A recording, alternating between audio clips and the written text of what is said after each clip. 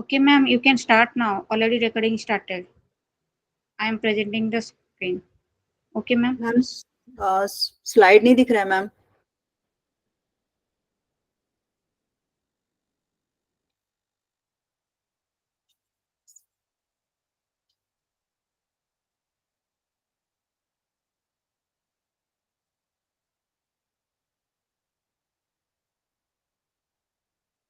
हाँ मैम, बस यहाँ से।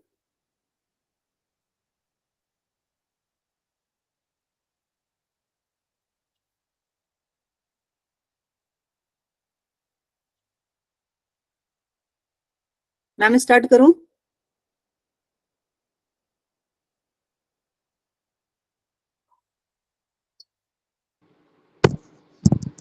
फिर से slide?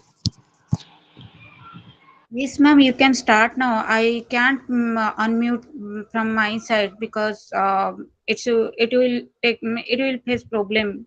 Okay. But ma'am slide नहीं दिख रहा है, तो मैं फिर कैसे? हाँ, अभी कर रहे हूँ मैं, रिटर्न किया ना आपको बोलने के लिए, इसीलिए स्लाइड दिखाई नहीं दे रहा है। कर रही हूँ अभी प्रेजेंटिंग। ओके, मैं अभी कंटिन्यू करूँ मैम।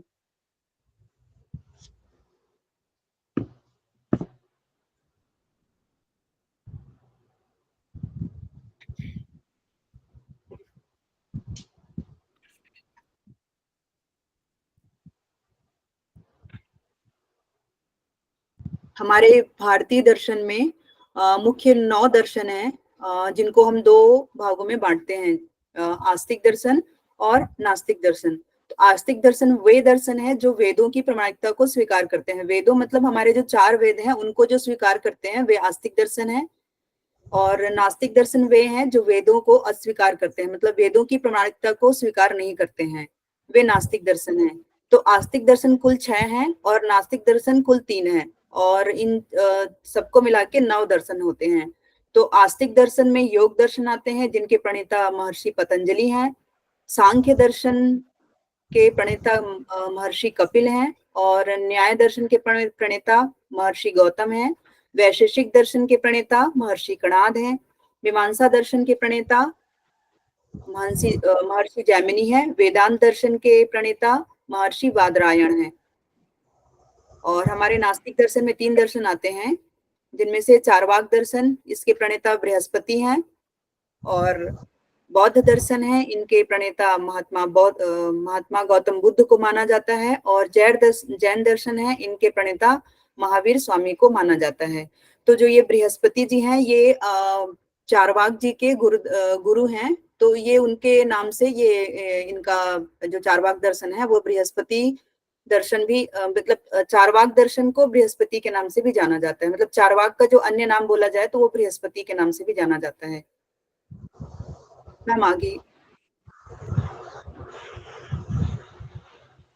दर्शन में हम पढ़ेंगे तत्व मीमांसा, ज्ञान मीमांसा और आचार मीमांसा। तो सबसे पहले हम तत्व मीमांसा को देखते हैं। तो तत्व मीमांसा प्रत्येक दर्शन सृष्टि के निर्माण में मूल तत्व को स्वीकार करता है। मतलब तत्व मतलब कि जो सृष्टि में जितने भी तत्व हैं, वो जो मूल तत्व हैं उनको जो स्वीकार करते हैं वो तत्व मीमांसा के अंतर्गत में आते हैं वे दर्शन। तो प्रत्येक दर्शन अपने अनुसार मूल तत्वों की संख्या अलग अलग मानता है। और संख्या के दृष्टिकोण से दर्शन मूल तत्व, जो दर्शन मूल एक तत्व को मानता है वो एक तत्ववादी दर्शन होता है या अद्वैत कहलाता है। मतलब जो एक तत्व को मानता है, जो दर्शन एक तत्व को मानता है वो अद्वैत दर्शन या एक तत्ववादी दर्शन कहलाता है। जो दर्शन मूल तत्व की संख्या को 2 मानता है वो द्वैतवादी कहलाता है, जैसे कि सांख्य दर्शन। और जो मूल तत्वों की संख्या 1 से अधिक को मानता है वह बहुतत्ववादी कहलाता है। जड़ चेतन के दृष्टिकोण से स्वीकार करता है वह आध्यात्मिक दर्शन कहलाता है। चारवाक को छोड़कर अधिकतर दर्शन आध्यात्मिक हैं, जो मूल तत्व को चेतन या जड़ के रूप में मानता है। भौतिकवादी उसे भौतिकवादी दर्शन कहते हैं, जैसे कि चारवाक अथवा आधुनिक विज्ञान।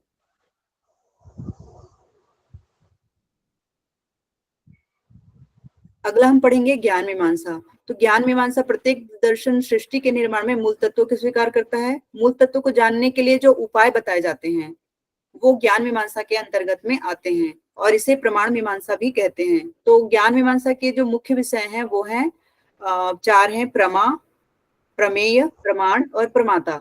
प्रमा का अर्थ होता है यथार्थ ज्ञान, और प्रमेय होता है ज्ञान का विषय। प्रमाण होता है ज्ञान का साधन, जिस साधन से हमको ज्ञान की प्राप्ति होती है उसे हम प्रमाण कहते हैं।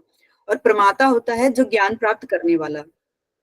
भारतीय दर्शनों में कुल प्रमाण होते हैं 8, जैसे कि पहला है प्रत्यक्ष, दूसरा है अनुमान, तीसरा शब्द या आगम, चौथा है उपमान, पांचवा है अर्थापत्ति, और छठवां है अनुपलब्धि, और सातवां है ऐतिह्य, और आठवां है संभाव्य।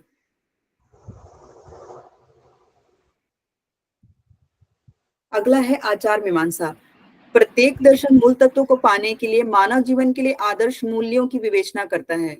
जो करणीय और अकरणीय कर्मों की विवेचना आचार मीमांसा के अंतर्गत होती है। मतलब कि करणीय और अकरणीय कर्म होते हैं, जो करने योग्य कर्म होते हैं और अकरणे ना करने योग्य कर्म होते हैं, उनकी विवेचना आचार मीमांसा के अंतर्गत में होती है। इसे हम कर्तव्य मीमांसा भी कहते हैं, मूल्य मीमांसा भी कहते हैं, आचार शास्त्र भी कहते हैं, नीति मीमांसा भी कहते हैं, नीति शास्त्र भी कहते हैं। और आचार मीमांसा के अंतर्गत में हम जो योग सूत्र में पढ़ते हैं यम नियम वो भी आते हैं, और पुरुषार्थ चतुष्टय जिसमें कि धर्म अर्थ काम और मोक्ष ये चारों पुरुषार्थ आते हैं, तो ये इसी के आचार मीमांसा के अंतर्गत में देखे जाते हैं।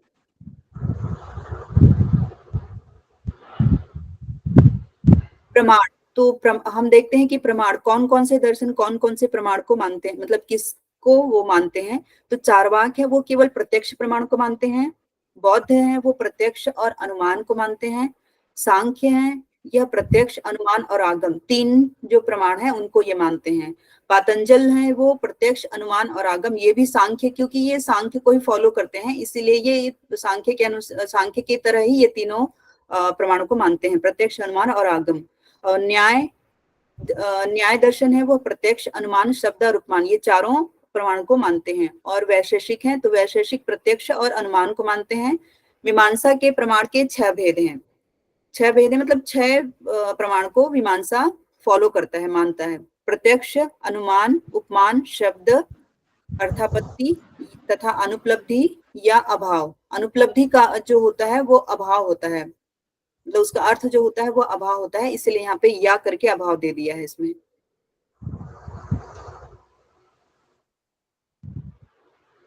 मैम आगे। इतना ही है ना इसी पीडीएफ में? हाँ यस मैम।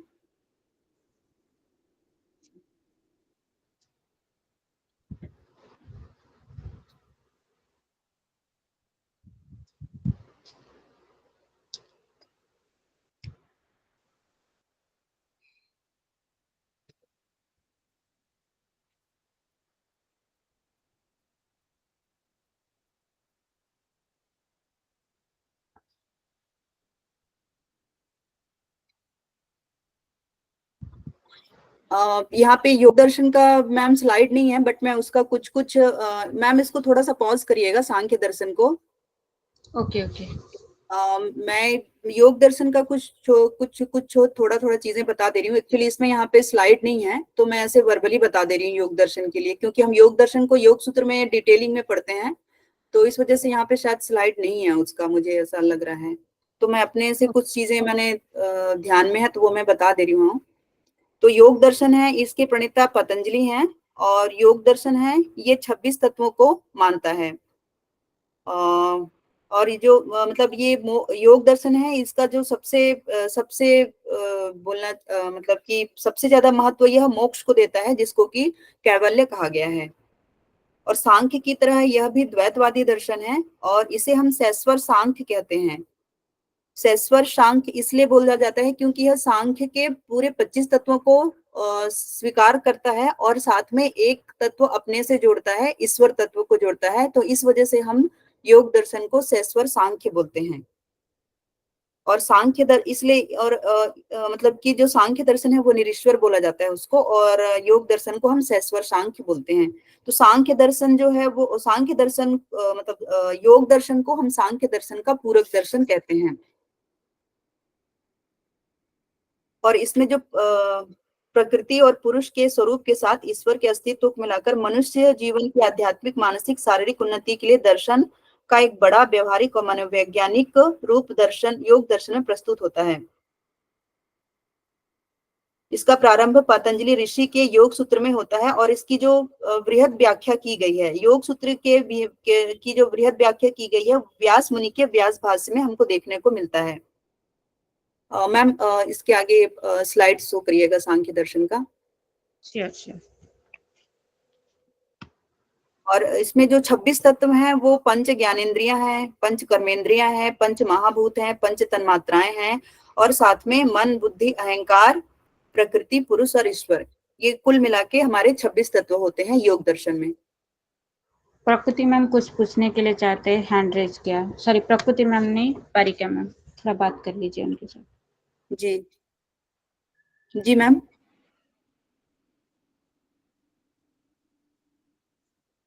पारिका जी मैम। मैम कुछ पूछ रहे थे। ओह सॉरी, मेरे को लगा मैं यहाँ से बोल रही हूँ, मेरा माइक ऑन नहीं था, आई एम सॉरी। जी, मैं कह रही थी कि मुझे पूछ नहीं रही, मुझे इसमें एक बात सिर्फ ऐड करनी है। इन्होंने हाँ। सांख्य दर्शन और योग दर्शन के साथ मिलान करके बात बताने की कोशिश की थी, उसमें एक पॉइंट और ऐड करना है।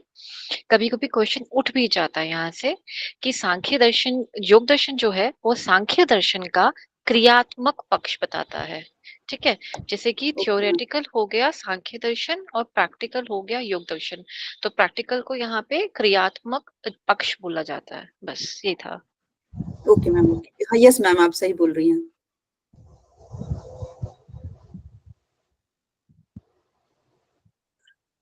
मैम ये फर्स्ट स्लाइड है सांख्य दर्शन का। हाँ, शो हो रहा है ना? हाँ मैम, शो हो रहा है। आगे हम पढ़ेंगे सांख्य दर्शन। ये षट दर्शन में शामिल या आस्तिक दर्शन की श्रेणी में इसको रखा गया है। सम्यक प्लस ख्या अर्थात सम्यक ज्ञान। सम्यक और ख्या मिलकर जो सांख्य दर्शन है उसका हम संधि विच्छेद करते हैं, तो सम्यक प्लस ख्या अर्थात सम्यक ज्ञान इसका अर्थ होता है। सांख्य दर्शन के प्रणेता कपिल मुनि कहे जाते हैं, जिन्होंने सांख्य सूत्र की रचना की। और सांख्य सूत्र पूर्ण रूप से आज उपलब्ध नहीं है, जिस कारण ईश्वर कृष्ण रचित सांख्य कारिका ही सांख्य दर्शन का आधार है, और जिसमें कि 72 कारिकाएं, जिसको कि श्लोक कहा जाता है, इसमें है। और इसका मुख्य सिद्धांत है विकासवाद और सत्कार्यवाद। ये दोनों सांख्य दर्शन के मुख्य सिद्धांत में आते हैं। सांख्य दर्शन में 3 दुखों की विवेचना की गई है। दुखों से आत्यंतिक निवृत्ति होना ही मुक्ति का उद्देश्य है। सांख्य दर्शन अगर किसी को पता हो तो बताएं मुझे, ये 3 दुख अगर किसी को पता हो तो। आदि दैविक, आदि भौतिक और आध्यात्मिक। Thank you. आध्यात्मिक। जी जी। दुखों से आत्यंतिक निवृत्ति होना ही मुक्ति का उद्देश्य है। सांख्य दर्शन ये सबसे प्राचीन दर्शन माना जाता है, और गीता में भगवान स्वयं को कपिल मुनि कहते हैं, अर्थात कपिल मुनि सिद्धों में सबसे श्रेष्ठ है, ऐसा बोलते हैं। सिद्धा नाम कपिलो मुनि, गीता के 10वें अध्याय के 26वें श्लोक में ऐसा उन्होंने कहा है। सांख्य दर्शन में हम देखते हैं कुछ चीजों को इसमें, कि इसके अंतर्गत में क्या क्या आते हैं। सत्कार्यवाद। सांख्य दर्शन सत्कार्यवाद का समर्थक है, अर्थात कि वह मानता है कि मतलब कार्यवाद का जो मीनिंग है वो ये है कि कार्य उत्पत्ति के पूर्व अपने कारण में छिपा रहता है। जैसे कि तिल में छिपा रहता है, यदि तिल में तेल नहीं होता तो हम तिल से तेल नहीं निकाल पाते, तो उसी को ये बोल रहा है सत्कार्यवाद। द्वैतवाद। भारतीय दार्शनिक संप्रदायों में सांख्य दर्शन ही एकमात्र द्वैतवाद का समर्थक है। उसके अनुसार सृष्टि में 2 प्रमुख तत्व हैं, प्रकृति और पुरुष। पाश्चात्य दर्शन में डेकार्ट ने इसी तरह द्वैतवाद का समर्थन किया है। यहाँ पे ये सांख्य दर्शन 2 तत्वों को मानता है, प्रकृति और पुरुष, इसलिए इसको द्वैतवाद कहा जाता है। और डेकार्ट भी इसको समर्थन करते हैं, जो कि पाश्चात्य दार्शनिक हैं। त्रिविध दुख। सांख्य दर्शन का उद्देश्य भी बौद्ध दर्शन के समान मनुष्यों को दुखों से मुक्त करना है। सांख्य दर्शन के अनुसार मनुष्य आध्यात्मिक, आधिदैविक तथा आदि भौतिक तीनों दुखों से घिरा रहता है। 25 तत्व सांख्य दर्शन में कुल 25 तत्वों को मानता है। इनका ज्ञान मोक्ष प्राप्ति हेतु आवश्यक है। मतलब 25 तत्वों की ज्ञान प्राप्ति के पश्चात ही हमको मोक्ष मिलता है, ऐसा सांख्य दर्शन कह रहे हैं। निरीश्वरवाद। सांख्य जो है वो निरीश्वरवादी हैं, क्योंकि ये 25 तत्वों को मानते हैं, लेकिन जैसे कि हम ये पढ़ चुके हैं, योग दर्शन में जो ईश्वर को मानता है वो इसमें ईश्वर को नहीं मानता है। इसी वजह से हम यहाँ पर इसको निरीश्वरवादी बोलते हैं, क्योंकि यह सृष्टि के रचयिता के रूप में किसी ईश्वर को नहीं मानता है। फिर भी यह भौतिकवादी दर्शन नहीं है। वेदों की प्रामाणिकता स्वीकार करने के कारण यह आस्तिक दर्शन कहलाता है। विकासवाद, सांख्य दर्शन के अनुसार विश्व विकास के दौरान अस्तित्व में आया है। किसी ने विकासवाद से सांख्य विकासवाद कुछ अर्थों में समानता रखता है।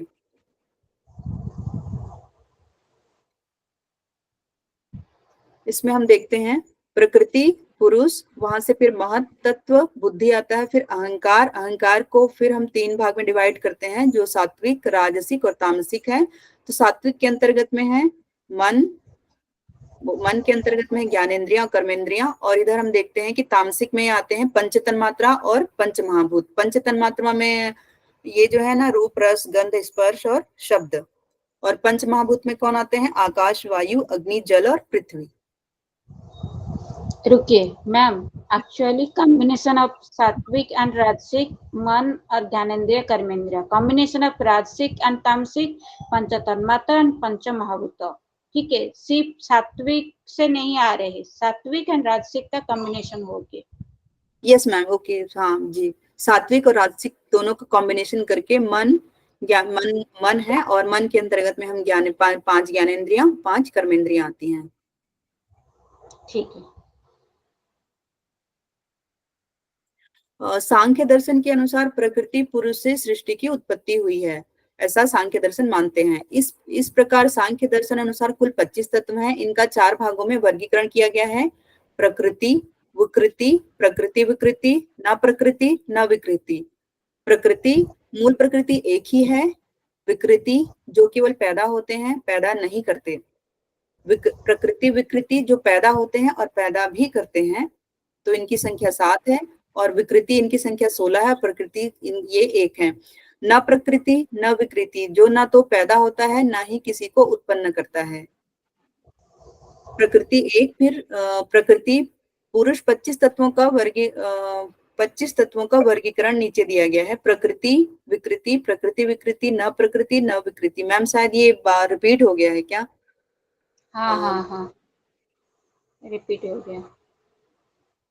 यस मैम, वो रिपीटेड नहीं है, उसमें वो बताया गया है कि कौन कौन सी चीजें आती है, वो भी पढ़िए, इम्पोर्टेंट है। हाँ जी।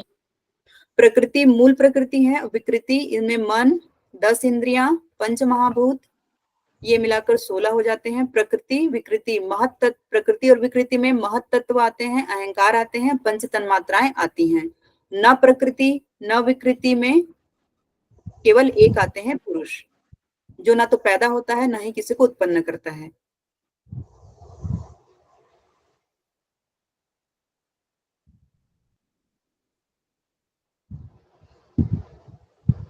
सांख्य दर्शन के अनुसार प्रकृति पुरुष से सृष्टि की उत्पत्ति हुई है। प्रकृति अपने मूल रूप में अव्यक्त रहती है, यह प्रधान है। इसमें 3 गुणों की साम्यावस्था रहती है। रजोगुण के कारण ही प्रकृति सक्रिय है। प्रकृति में प्रकृति क्या होता है? जड़ होता है, अव्यक्त होता है, माया होती है, शक्ति होती है, अदृश्य होती है, शाश्वत होती है तथा संख्या में 1 है। यह सबका कारण है, परंतु इसका कोई कारण नहीं है। मतलब जितनी भी चीजें हैं उन सबका कारण प्रकृति है, परंतु प्रकृति का कोई कारण नहीं है, ऐसा कहा रहा है। इसके अन्य नाम है त्रिगुणात्मक। प्रकृति पुरुष के लिए भोग और अपवर्ग या मोक्ष दोनों को उपलब्ध करवाती है। मतलब प्रकृति हमको भोग की तरफ भी ले जाती है और मोक्ष की तरफ भी ले जाती है।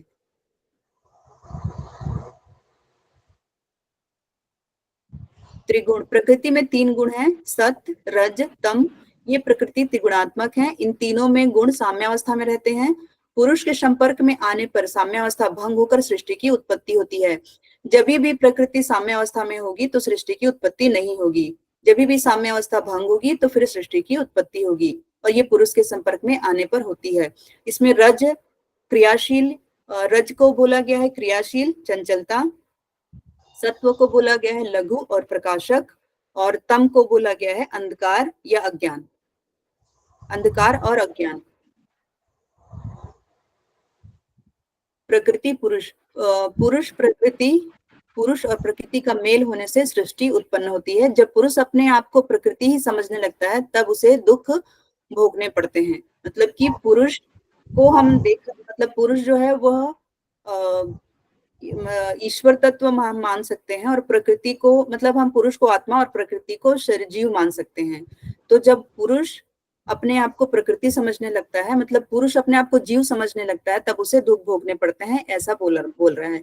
परंतु तत्व ज्ञान होने पर प्रकृति से वियोग होकर पुरुष अपने स्वरूप में स्थित हो जाता है। मतलब कि जैसे जीव और आत्मा होती है, तो आत्मा जब अपने आप को समझ लेता है कि मैं आत्मा हूं, तो वह प्रकृति से वियोग हो जाता है उसका, और पुरुष अपने स्वरूप में स्थित हो जाता है। अतः पुरुष प्रकृति का वियोग ही योग कहलाता है। मतलब पुरुष और प्रकृति का वियोग होता है, मतलब कि पुरुष जो है वो प्रकृति से वियोग होती है, मतलब अपने आप को वो जान लेता है कि मैं पुरुष, मतलब मैं आत्मा हूँ और मैं जीव नहीं हूं करके, तब वो योग कहलाता है, जिसमें दुखों का नाश हो जाता है। प्रकृति त्रिगुणात्मक होती है, सक्रिय होती है, जड़ होती है, एक होती है, भोग और अपवर्ग। अपवर्ग यानी कि ऊपर हम पढ़े थे मोक्ष। और पुरुष जो होता है वो त्रिगुणातीत होता है, मतलब ये जो तीन गुण हैं उनसे यह मतलब उनसे यह प्रभावित नहीं होता, निष्क्रिय होता है, चेतन होता है और अनेक होता है, और यह भोक्ता होता है और ज्ञाता होता है। नाम भोक्ता का ज्ञाता, जो भोग रहे उनका मीन्स ओके ओके, जानकर। हाँ हाँ ओके मैम, हाँ ये जो भोग, जी सही बोल रहे हैं, भोक्ता का ज्ञाता होता है।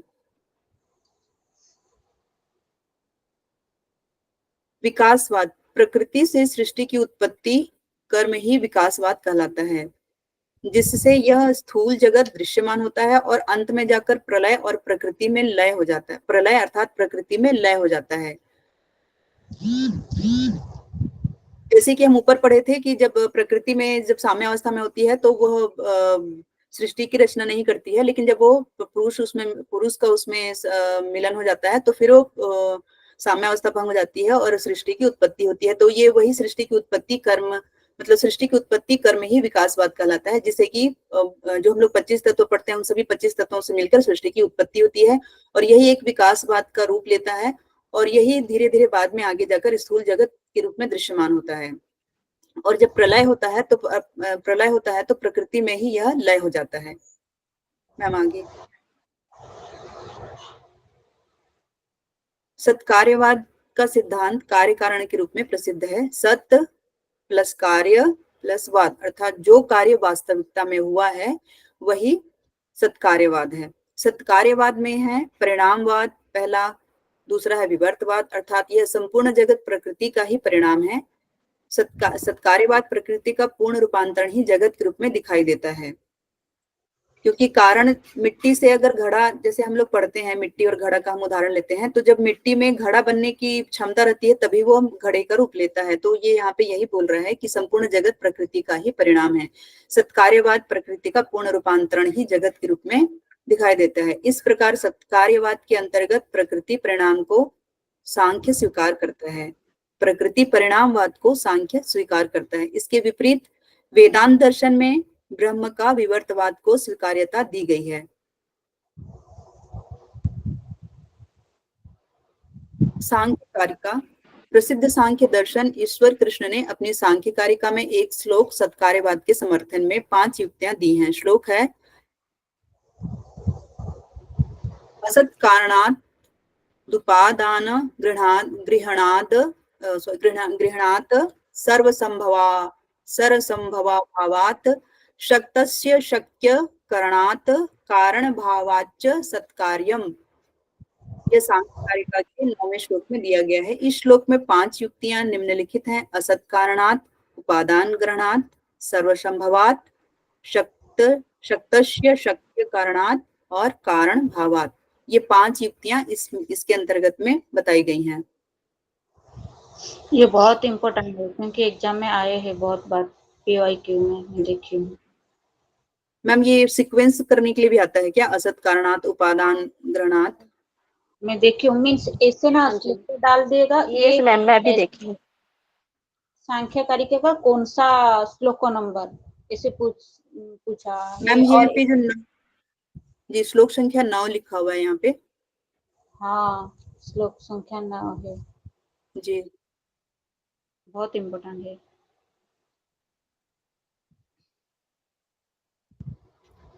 ईश्वर कृष्ण विरचित सांख्य कारिका। मैम इसको करना है कंटिन्यू या आगे मतलब पढ़ना है इसको?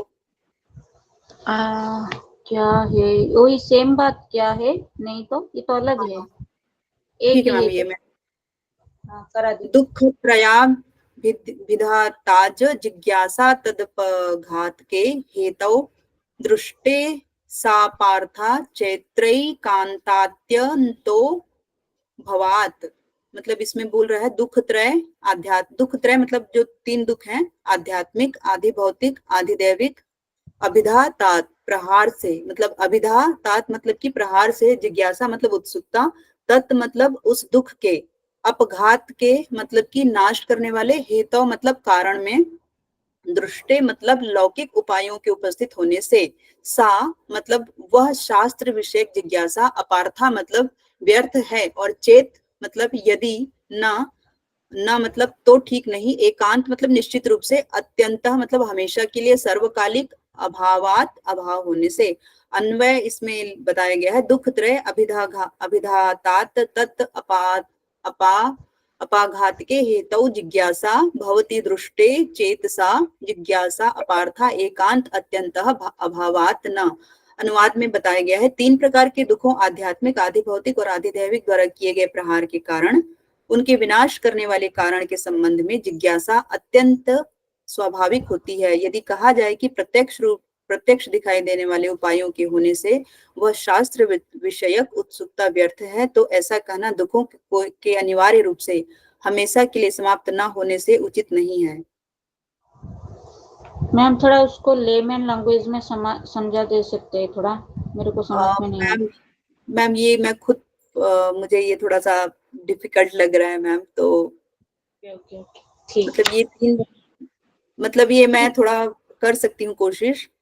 ये 3 प्रकार के दुख बताया गया है, और 3 प्रकार के दुखों द्वारा अगर कोई प्रहार किया जाता है, प्रहार मतलब कि अगर आपके ऊपर में ये 3 प्रकार के दुख आते हैं, तो उनको उनको विनाश करने वाले कारण, मतलब इन तीनों दुखों को दूर करने वाले जो कारण के संबंध में, ऐसा बोल रहा है ये, कारण के संबंध में जिज्ञासा प्रत्यक्ष दिखाई देने वाली उपायों से वह शास्त्र विषयक व्यर्थ है।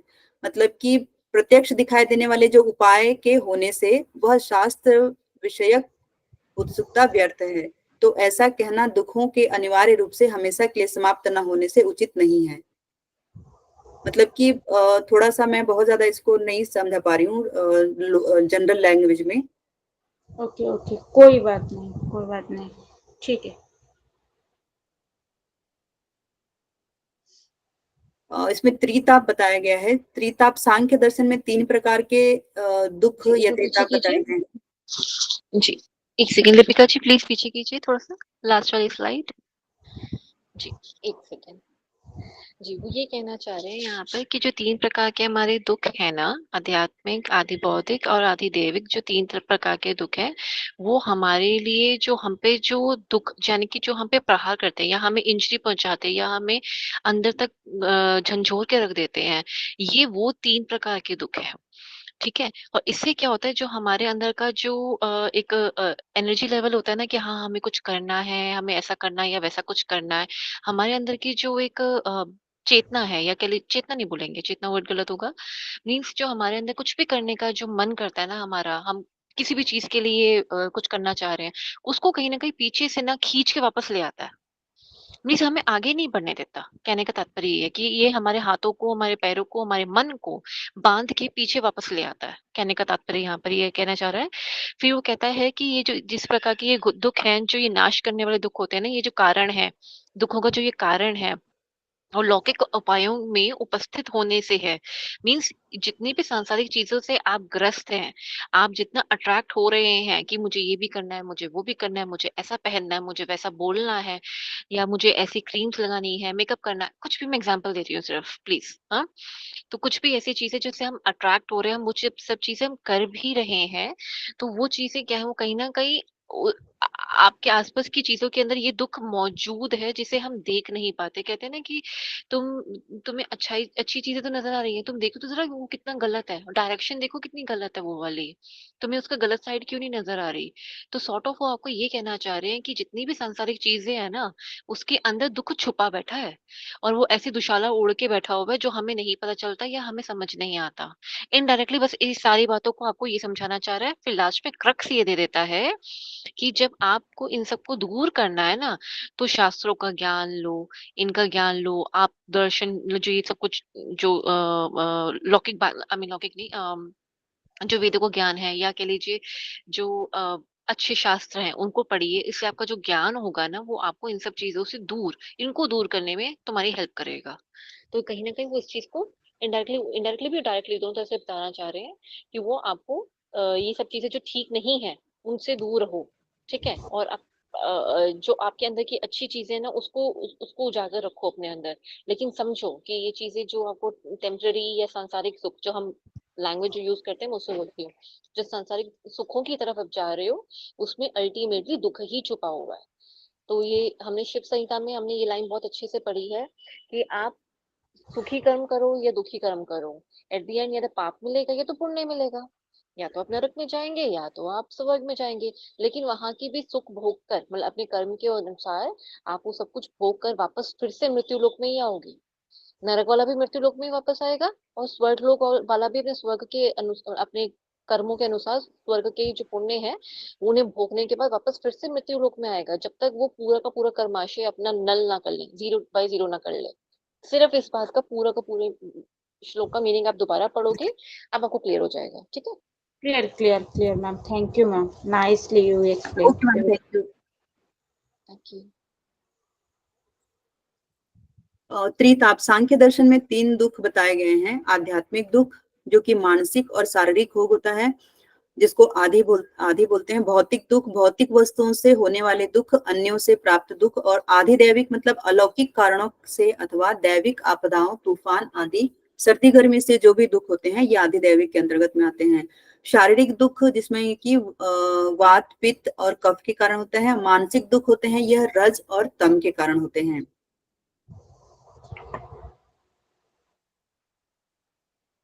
और इन दुखों से मुक्ति कैसे होगी उसके बारे में बताया गया है। तीन दुखों की संपूर्ण निवृत्ति ही मोक्ष या मुक्ति है। अष्टांग योग के साधनों को अपनाकर ये संभव है। सांख्य दर्शन में मुक्ति 2 प्रकार के बताए गए हैं। पहला जीवन मुक्ति और दूसरा विदेह मुक्ति। तो जीवन मुक्ति होता है तत्व ज्ञान होते ही जीवन रहते मुक्ति होना। मतलब जीवन मुक्ति में ऐसा है कि आपको विदेह मतलब देह त्याग नहीं करना पड़ेगा। इसमें हमको देह के साथ में ही रहते ही हमको जीवन में मुक्ति मिल जाएगी, तत्व का ज्ञान होते ही। और विदेह मुक्ति में तत्व ज्ञान होकर मुक्त हो जाने पर, शरीर को त्याग देने पर पुनः जन्म नहीं होना, विदेह मुक्ति के अंतर्गत में आते हैं।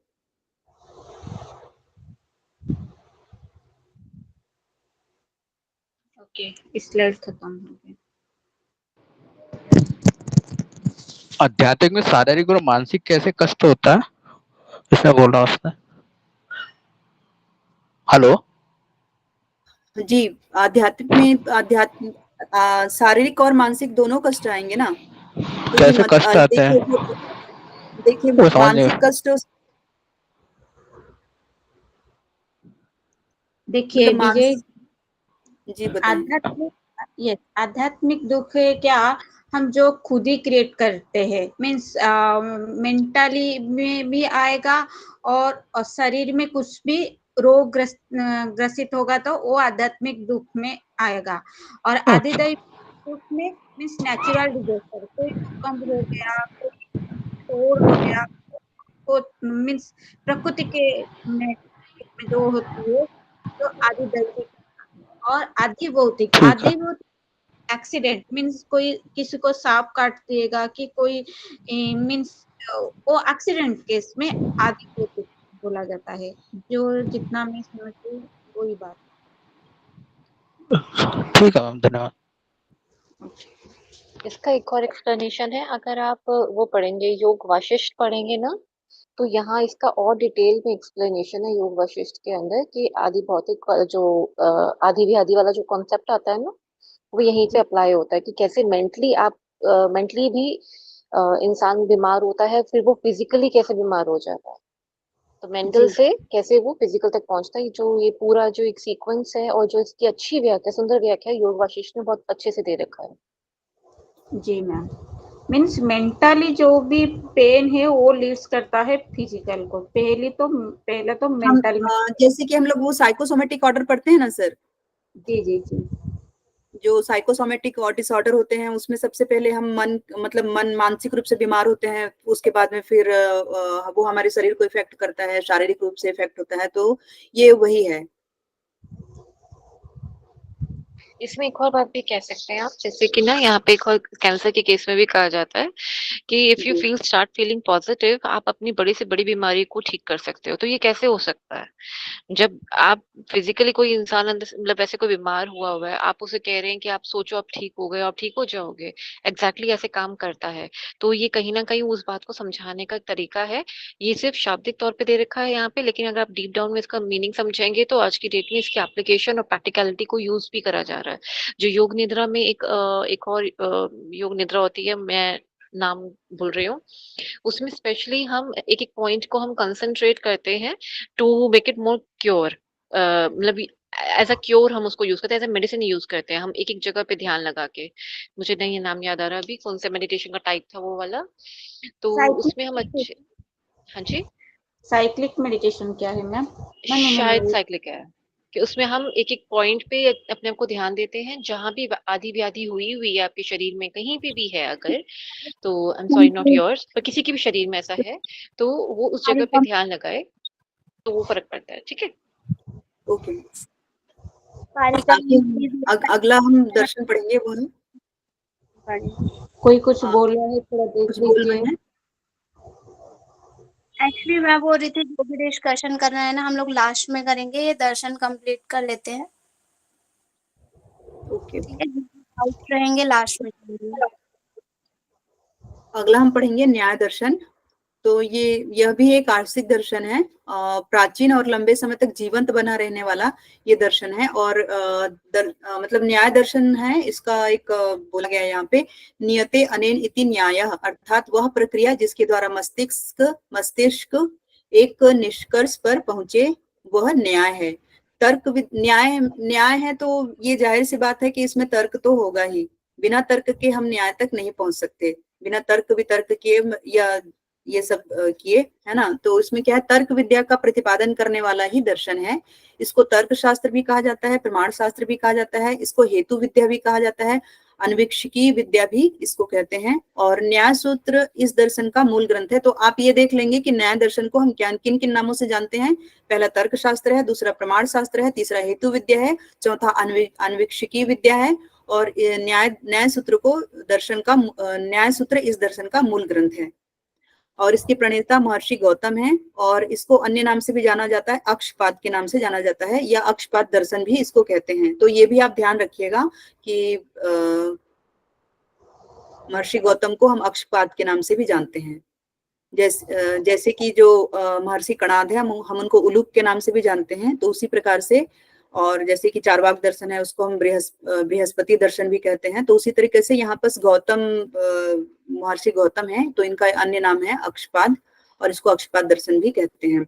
तो मुख्य विषय इसमें मुख्य विषय है इसके 6 पदार्थ हैं और प्रमाण के प्रकार। मैम आगे स्लाइड, 6 नहीं 16। सॉरी 16 है। तो ये 16 पदार्थ जो है वो यहाँ पे दिए गए हैं, और 16 पदार्थों के तत्व ज्ञान से हमको मोक्ष की प्राप्ति होती है, ऐसा न्याय दर्शन कहता है। तो इसमें 16 पदार्थ जो हैं वो सबसे पहले प्रमाण है, दूसरा प्रमेय, तीसरा संशय, और चौथा प्रयोजन, पांचवा दृष्टांत, छठवां है सिद्धांत, सातवां अवयव, आठवां तर्क, नौवां निर्णय, 10वां वाद, 11वां जल्प, 12वां वितंडा, और 13वां हेत्वाभास, 14वां है छल, 15वां है जाति, और 16वां है निग्रह स्थान। तो इस प्रकार से ये 16 पदार्थ हैं जिनसे हमें मोक्ष की प्राप्ति होती है, ऐसा न्याय दर्शन कहता है।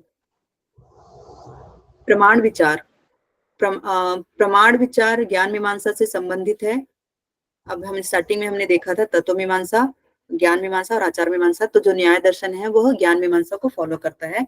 इसके अनुसार ज्ञान आत्मा का विशेष गुण है। ज्ञान के भेद मतलब ज्ञान दो प्रकार का इसमें बताया गया है, एक प्रमा जो कि यथार्थ ज्ञान होता है और अप्रमा जो कि अयथार्थ ज्ञान कहा जाता है। प्रमा यथार्थ ज्ञान को प्रमा कहते हैं। प्रमा शब्द में प्र का अर्थ है उचित या यथार्थ और मा का अर्थ है माप। इसी तरह भी इस तरह उचित या यथार्थ ज्ञान प्रमा होता है।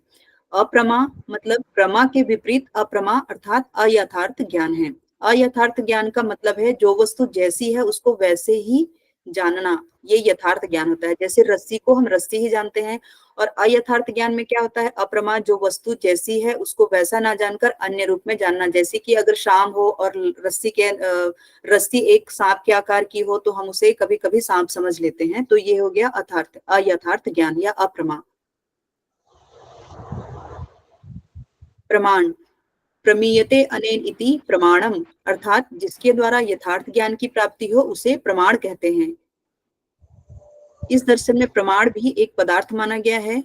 महर्षि गौतम 16 पदार्थों में सर्वप्रथम स्थान के रूप में प्रमाण को ही देते हैं। प्रमाण के प्रकार हैं। गौतम के न्याय दर्शन के अनुसार प्रमाण के 4 प्रकार माने गए हैं, प्रत्यक्ष प्रमाण, अनुमान प्रमाण, उपमान प्रमाण और शब्द प्रमाण। प्रत्यक्ष प्रमाण इस दर्शन में प्रमाणों में प्रथम स्थान प्रत्यक्ष को दिया गया है। इसके महत्व के अनेक कारण हैं। इसे न केवल न्याय वरन अन्य सभी आस्तिक एवं नास्तिक दर्शन भी स्वीकार करते हैं और यह अन्य सभी प्रमाणों का आधार है और इसकी परीक्षा के लिए किसी अन्य प्रमाण की आवश्यकता नहीं होती। कहते हैं ना प्रत्यक्षे किम प्रमाणम, मतलब कि प्रत्यक्ष के लिए प्रमाण की आवश्यकता नहीं होती है। शाब्दिक अर्थ प्रत्यक्ष शब्द 2 शब्दों से मिलकर बना है, प्रति और अक्ष। प्रति का अर्थ होता है सामने और अक्ष का होता है आंख, की जो सामने घटित हुआ वही प्रत्यक्ष है। अतः प्रत्यक्ष का शाब्दिक अर्थ हुआ आंख के सामने। इसकी परिभाषा गौतम ऋषि देते हैं, इंद्रिय और अर्थ वस्तु के सन्निकर्ष या समीपता से उत्पन्न ऐसा ज्ञान जो भाषा पर आधारित ना हो, जो भ्रामक ना हो तथा जो अनिश्चित ना हो, वह प्रत्यक्ष है। मतलब कि जो भ्रामक नहीं हो, जो अनिश्चित नहीं हो, जो भाषा पर आधारित हो, वह प्रत्यक्ष ज्ञान है। ऐसा गौतम ऋषि बोलते हैं अपनी परिभाषा में।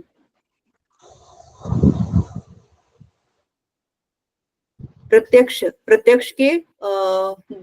प्रमाण के 2 भेद हैं। पहला लौकिक प्रत्यक्ष है, दूसरा अलौकिक प्रत्यक्ष है।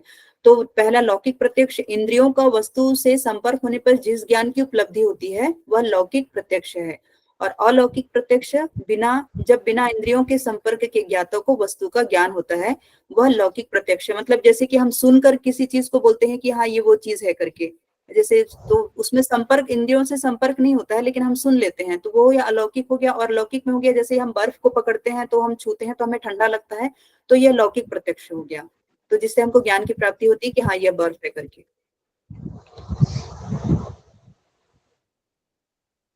लौकिक प्रत्यक्ष प्रथम दृष्टि से लौकिक प्रत्यक्ष के 2 प्रकार होते हैं। पहला बाह्य प्रत्यक्ष होता है, दूसरा मानस प्रत्यक्ष होता है। तो बाह्य प्रत्यक्ष पंच ज्ञानेंद्रियों द्वारा मिलने वाला बाह्य वस्तुओं का ज्ञान बाह्य प्रत्यक्ष है। और बाह्य प्रत्यक्ष के 5 भेद होते हैं, जैसे कि चाक्षुष मतलब कि जो आंखों से देखकर होता है वह प्रत्यक्ष ज्ञान, श्रोत मतलब कि जो कानों से सुनकर होता है वह, और तीसरा है घ्राणज प्रत्यक्ष जो नाक से सूंघ कर होता है। मतलब हम किसी चीज को सूंघ कर हम उस चीज को पता करते हैं। और स्पर्श मतलब कि जो त्वचा से या स्किन से छूकर, जैसे कि मैं अभी बर्फ का बताया था। रसज मतलब कि जो जीभ से चखकर, जैसे कि हम जिसको टेस्ट करके पता करते हैं कि हाँ ये चीज है करके। मानस प्रत्यक्ष में होता है उपरोक्त पंच ज्ञानेंद्रियों के अलावा हमारी एक आंतरिक इंद्रिय मन भी होती है। इस मन के द्वारा ही हमें सुख दुख प्रेम घृणा आदि का प्रत्यक्ष ज्ञान होता है। मतलब कि ये मानस प्रत्यक्ष उस चीज को बोल रहा है कि जो मतलब जिसको हम इन 5 चीजों से ना तो आंख से देख सकते हैं, ना कानों से सुन सकते हैं, ना नाक से सूंघ सकते हैं, ना त्वचा से छू सकते हैं, ना जीभ से चख सकते हैं। इनके अलावा जो होते हैं जो मतलब जिनका कोई रूप रंग नहीं, मतलब रूप नहीं होता है, सुख दुख प्रेम घृणा आदि, तो इनका प्रत्यक्ष ज्ञान होता है। तो ये मानस प्रत्यक्ष के अंतर्गत में आते हैं। ये इनको आंतरिक प्रत्यक्ष भी कहते हैं।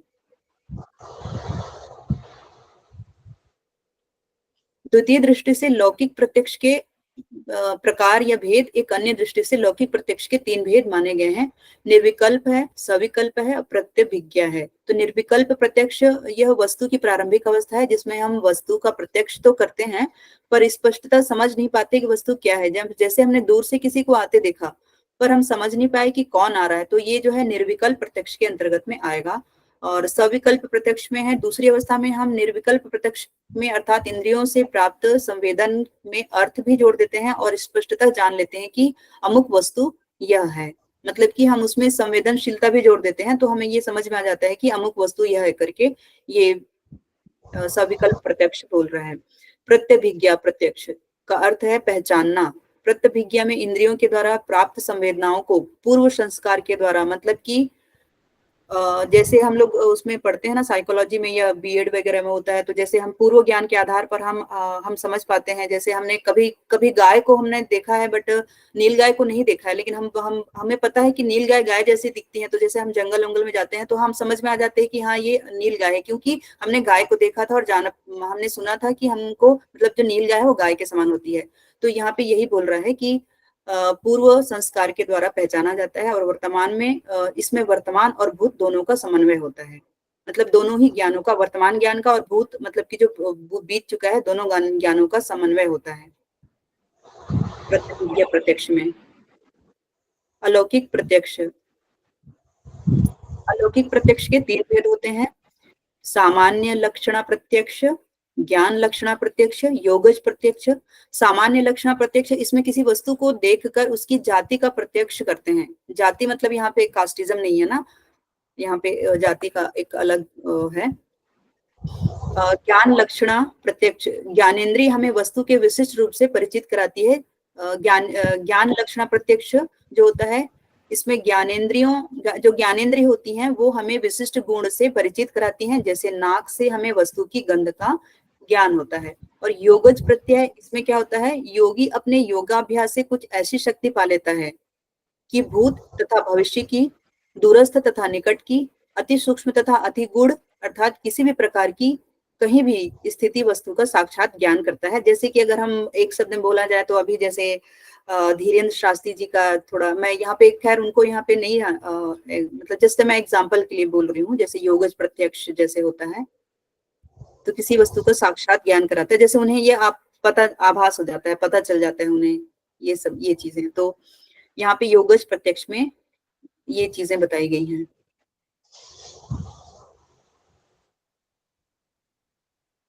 प्रत्यक्ष 2 प्रकार से हैं। इसको जैसे ऊपर जो हमने पढ़ा है उसको हम शॉर्ट एंड स्वीट में यहाँ पे एक रे डायग्राम के में पढ़ लेते हैं।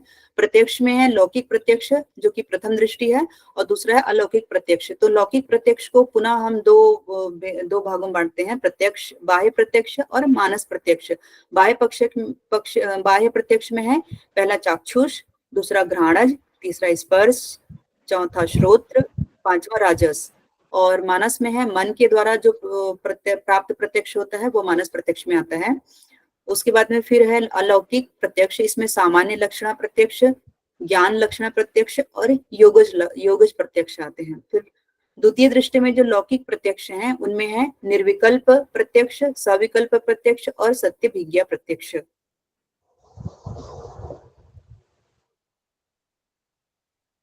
अनुमान, यह प्रत्यक्ष पहले यह प्रत्यक्ष पर आधारित प्रमाण है। पहला प्रमाण हमने देखा प्रत्यक्ष, दूसरा है अनुमान। तो यह दूसरा प्रमाण है, यह प्रत्यक्ष पर आधारित प्रमाण है। चार्वाक को छोड़कर प्रायः अन्य सभी भारतीय दर्शन ने इसे प्रमाण के रूप में स्वीकार किया है। शाब्दिक अर्थ मतलब अनुमान का शाब्दिक अर्थ यह है कि अनु मतलब होता है पश्चात और मान अर्थात होता है ज्ञान, अर्थात ऐसा अर्थात अनुमान हुआ पश्चात ज्ञान। महर्षि गौतम ने न्याय सूत्र में अनुमान की और केवल एक शब्द इंगित किया है, तत्पूर्वकम अर्थात पूर्व ज्ञान के पश्चात होने वाला ज्ञान अनुमान है। जैसे कि कहीं पे धुआं उठता है वाला जो हम पढ़ते हैं एग्जाम्पल में, जैसे तो हमें धुआं उठ रहा है तो हमें ये आभास होता है कि भाई वहां पे या तो आग मतलब वहां पे कहीं ना कहीं पे आग लगी होगी, इस तरीके से। अनुमान प्रकार, ये पहला है मनोवैज्ञानिक दृष्टि, दूसरा है प्राचीन न्याय के अनुसार और तीसरा है नव्य न्याय मतलब कि नया न्याय या नव न्याय के अनुसार। तो सबसे पहले हम देखते हैं मनोवैज्ञानिक दृष्टि से। तो इसके अंतर्गत में 2 आते हैं, स्वार्थानुमान और दूसरा है प्रार्थानुमान। और प्राचीन न्याय के अनुसार इसमें 3 आते हैं, पूर्ववत, शेषवत और सामान्यो दृष्ट।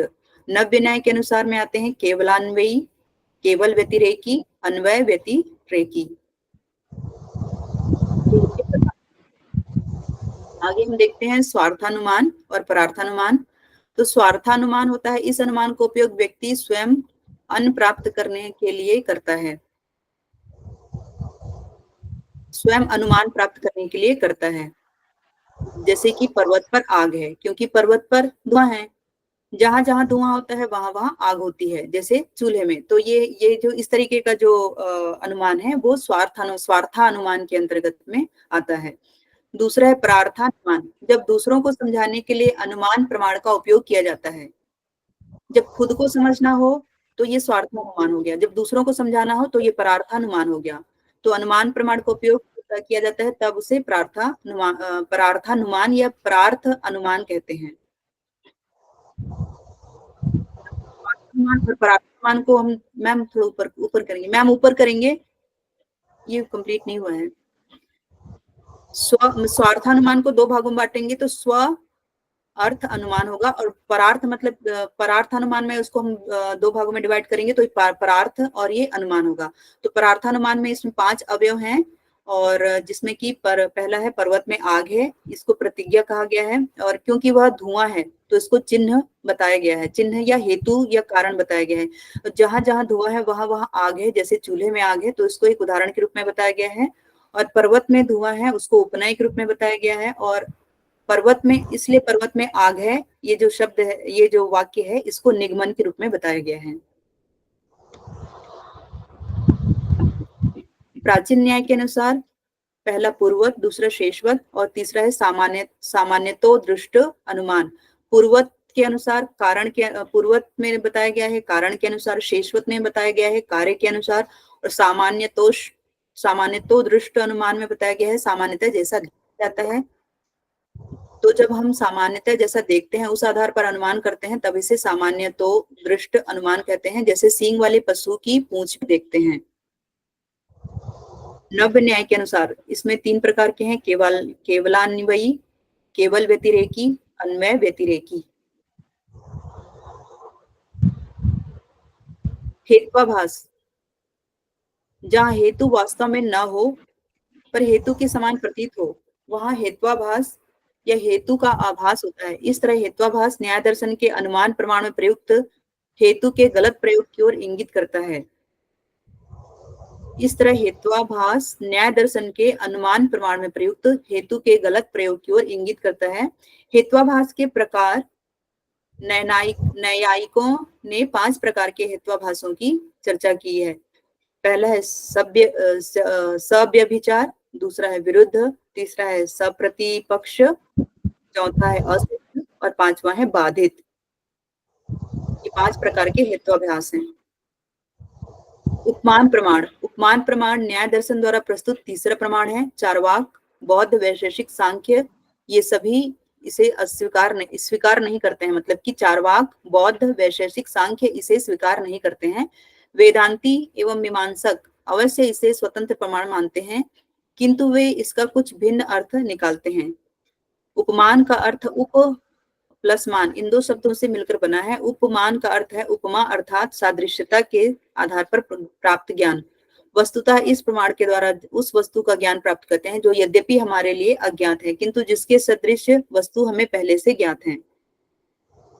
प्रसिद्ध पदार्थों के समान धर्म से साध्य के साधन को उपमान प्रमाण कहा जाएगा।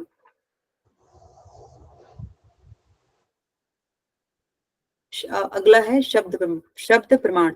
शब्द प्रमाण न्याय दर्शन द्वारा प्रस्तुत चौथा प्रमाण है। यह भी उनके द्वारा प्रत्यक्ष अनुमान एवं उपमान के समान एक स्वतंत्र प्रमाण है। इसे आप्त प्रमाण भी कहा जाता है। इस दर्शन के अनुसार शब्द तभी प्रमाण बनते हैं जब वे यथार्थ, वास्तविक एवं विश्वास के योग्य हों। आप्त प्रमाण मतलब क्या होता है? आप्त पुरुष आप लोग ने पढ़ा होगा, है ना? तो उसी के अनुसार से यहाँ पर आप्त प्रमाण कहा गया है। ऐसे ही वचन न्याय दर्शन में आप्त वचन कहे गए हैं तथा इन्हें व्यक्त करने वाला आप्त कहा गया है। गौतम ने इसी शब्द को प्रमाण शब्द की परिभाषा में लिया है। परिभाषा में बोला गया है आप्तोपदेश शब्द, अर्थात आप्त का उपदेश या कथन ही शब्द है। ईश्वर के षडैश्वर्य, ईश्वर के षड ईश्वर, षड ऐश्वर्य। न्याय दर्शन में ईश्वर को षड ऐश्वर्य संपन्न कहा गया है, अर्थात ईश्वर 6 प्रकार के ऐश्वर्यों से युक्त है, ऐसा कहा गया है।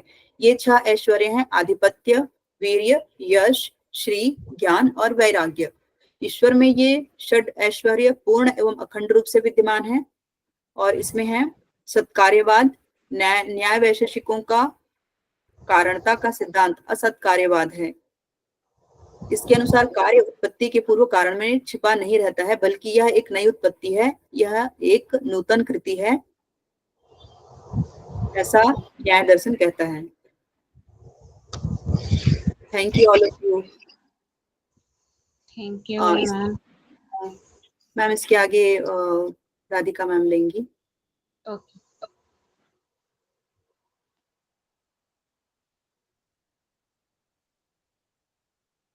Radhika ma'am, are you ready?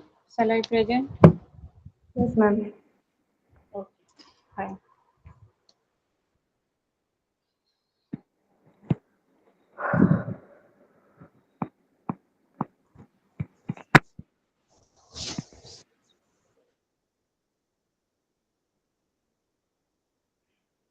इसको बड़ा कीजिए ना।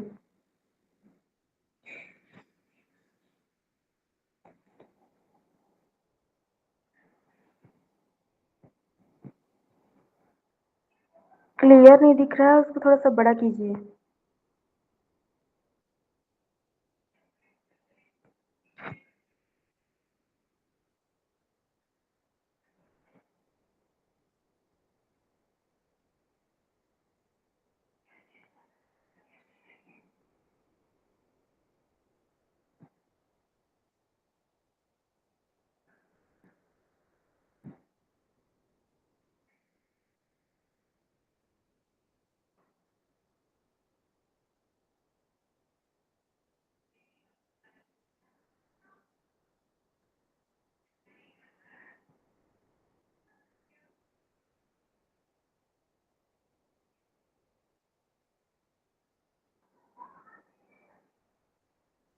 मेरे को पता नहीं चला मैं कैसे एग्जिट हो गया मीटिंग से। ठीक है, अभी देखते हैं। कर रही हूँ।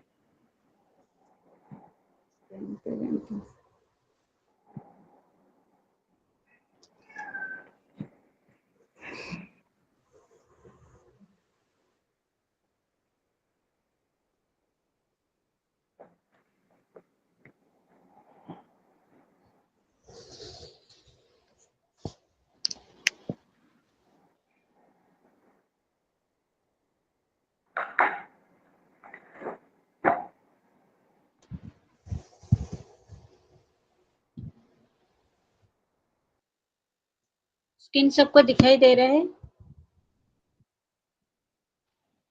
Yes ma'am. Okay, yes ma'am. Radhika ma'am can continue. Okay, तो वेदांत दर्शन के बारे में पढ़ेंगे। वेदांत दर्शन यह षड दर्शनों में शामिल है और ये एक आस्तिक दर्शन है। इसे उत्तर मीमांसा भी कहा जाता है।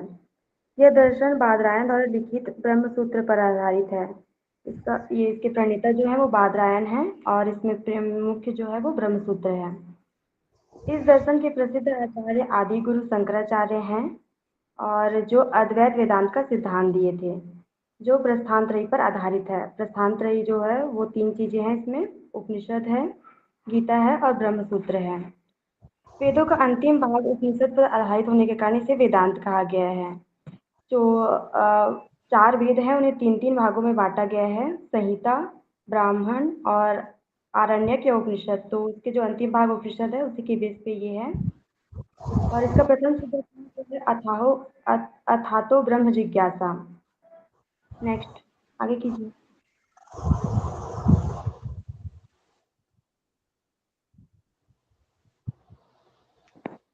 मेरे को स्क्रीन नहीं दिख रहा है। सबको ये प्रॉब्लम है ना, सिर्फ राधिका मैम को? नो मैम, क्लियर है स्क्रीन। ओ, मेरे साइड ही नेटवर्क इशू है। 1 मिनट।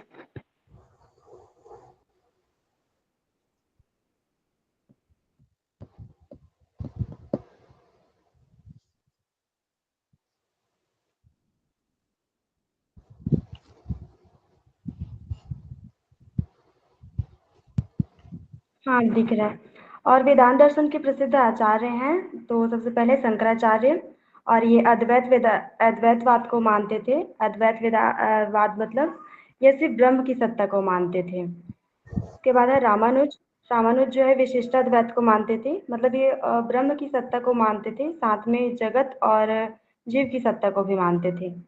तीसरा है माधवाचार्य, ये द्वैतवाद को मानते थे, मतलब ये दो चीजों को मानते थे, ब्रह्म और जगत को, मतलब जीवात्मा और परमात्मा दोनों को मानते थे। उसके बाद है निम्बकाचार्य, ये द्वैता अद्वैत को मानते थे, मतलब ये द्वैतवाद को भी मान रहे हैं और अद्वैतवाद को भी मान रहे हैं, इसीलिए इसको भेद अभेद भी कहते हैं और अविरोध वाद भी बोलते हैं, क्योंकि ये किसी चीज का विरोध नहीं कर रहे थे, ये सभी को मान रहे थे। नेक्स्ट, और सुनिए आप लोगों के लिए क्या? फास्ट तो नहीं हो रहा है, बोलिए। नहीं, फास्ट नहीं हो रहा है, लेकिन और फास्ट करेंगे भी अच्छा है। ओके तो शंकर जी के अनुसार ब्रह्म, अद्वैतवाद शंकर के अनुसार ब्रह्म ही सत्य है, मतलब ये ब्रह्म को ही सत्य मानते हैं और जगत को मिथ्या मानते थे। ठीक है, तो इसे वितर्कवाद कहते हैं, जब ये ब्रह्म को सत्य मान रहे हैं और जगत को मिथ्या अ, असत मान रहे हैं। ठीक है, तो इसे वितर्कवाद कहते हैं। ब्रह्म ही भिन्न भिन्न रूपों में दिखाई देता है, सब ब्रह्म ही है, दूसरा कोई नहीं है, ऐसा इनका मानना था।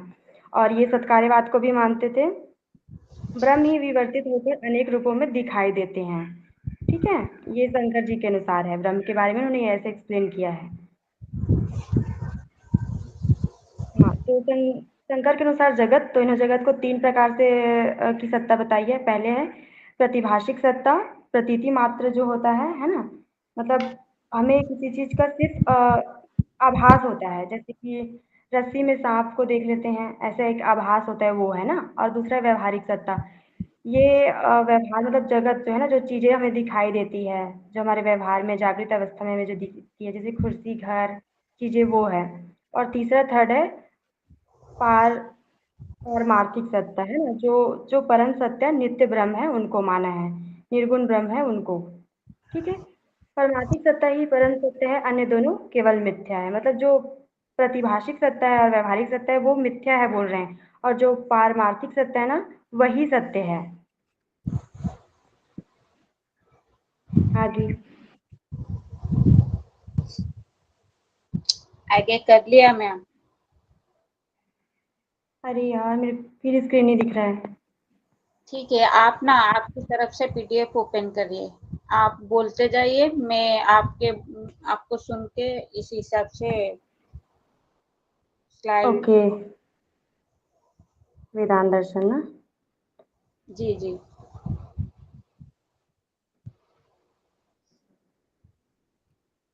अब दिख गया। उसके बाद कल आते हैं माया। ठीक है, तो माया के बारे में बताया गया कि माया ब्रह्म की शक्ति के रूप में है, जिसके दो कार्य हैं, पहला है आवरण, दूसरा है विक्षेप। आवरण मतलब वस्तु के वास्तविक रूप को ढक लेता है ना। आवरण मतलब आप समझ सकते हैं कोई पर्दा या घे वो जो चीज है, जो वास्तविक वस्तु है उसको ढक ले रहा है, तो वो आवरण हो गया। उसके बाद विक्षेप, वस्तु के वास्तविक रूप को ढककर अन्य वस्तु दिखा देना, है ना, मतलब कोई रियल चीज है उसको ढककर कोई दूसरी चीज दिखा दे रहे हैं, तो वो विक्षेप है। माया के द्वारा ही जगत की उत्पत्ति होती है, तो हमारी इस जगत की उत्पत्ति माया के द्वारा हुई है। उसके बाद साधन चतुष्टय है। साधन चतुष्टय ज्ञान योग में बहिरंग को साधन चतुष्टय कहा गया है। इसमें है विवेक, वैराग्य, षट्संपत्ति और मुमुक्ष। हो गया। नेक्स्ट, नेक्स्ट दर्शन। ये स्लाइड कंप्लीट है। ठीक है,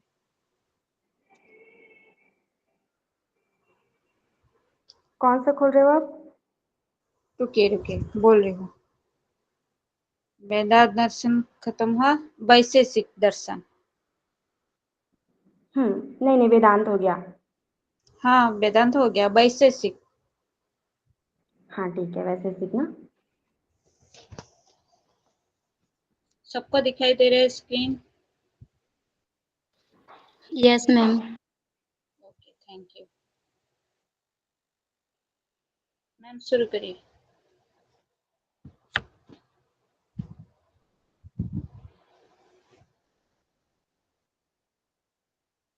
राधिका मैम। राधिका मैम ये क्या? हाँ, मैं बोल रही हूँ। वैशेषिक दर्शन, इसके प्रणेता जो है कणाद हैं और ये दो प्रमाणों को मानता है, प्रत्यक्ष और अनुमान को। और यह एक आस्तिक दर्शन है, सब दर्शनों में से एक है। और इसको वैशेषिक दर्शन क्यों कहा गया है, इसके बारे में कुछ मत दिए गए हैं। तो सबसे पहला है, हाँ, तो सबसे पहला है कि विशेष को एक पदार्थ मानने के कारण इसे वैशेषिक दर्शन कहा गया है। दूसरा है कि पदार्थों को विशेषत्व, मतलब पदार्थ है उसको विशेष महत्व देने के कारण इसे वैशेषिक कहा गया है। और तीसरा है कि सांख्य आदि दर्शनों में विशिष्ट होने के कारण इसे वैशेषिक कहा गया है। तो ये तीन नाम, इनके नाम क्यों रखे गए हैं इसके लिए दिया गया है। उसके बाद है वैशेषिक का महत्व विद्वान मंडली में एक कहावत में स्पष्ट होता है। तो एक कहावत है यहाँ पे, कनादम पाणिनीय च सर्वशास्त्रोपकारकम, अर्थात कनाद का वैशेषिक दर्शन और पाणिनि का व्याकरण सब शास्त्रों में उपकारक है। इस दर्शन, ये तो बता चुकी हूँ मैं। हाँ, तो इसमें यह है कि इसे औलुक्य दर्शन भी कहा जाता है, क्योंकि इनके जो प्रणेता हैं कनाद ऋषि, उनको औलुक कहा जाता था, उनका दूसरा नाम था, तो इसलिए औलुक दर्शन कहा गया है।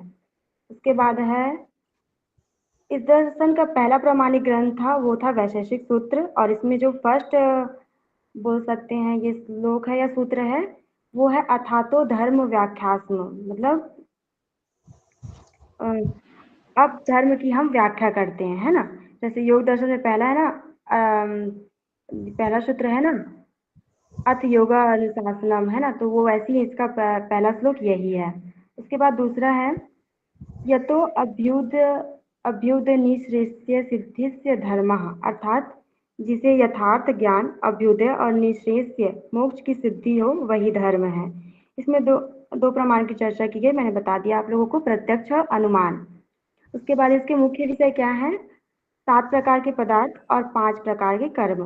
तो पदार्थ क्या होता है, जो हम नॉर्मल पदार्थ लेते हैं वैसा नहीं, उससे थोड़ा सा विस्तृत इसे पदार्थ को माना गया है, जो कि दृश्य अदृश्य, भौतिक अभौतिक, चराचर जगत, उसके अलावा द्रव्य गुण कर्म, इन सबको भी उन्होंने पदार्थ के अंदर ले लिया है। ठीक, तो इसमें 7 मेन पदार्थ माने गए हैं, द्रव्य गुण कर्म सामान्य विशेष समवाय और अभाव।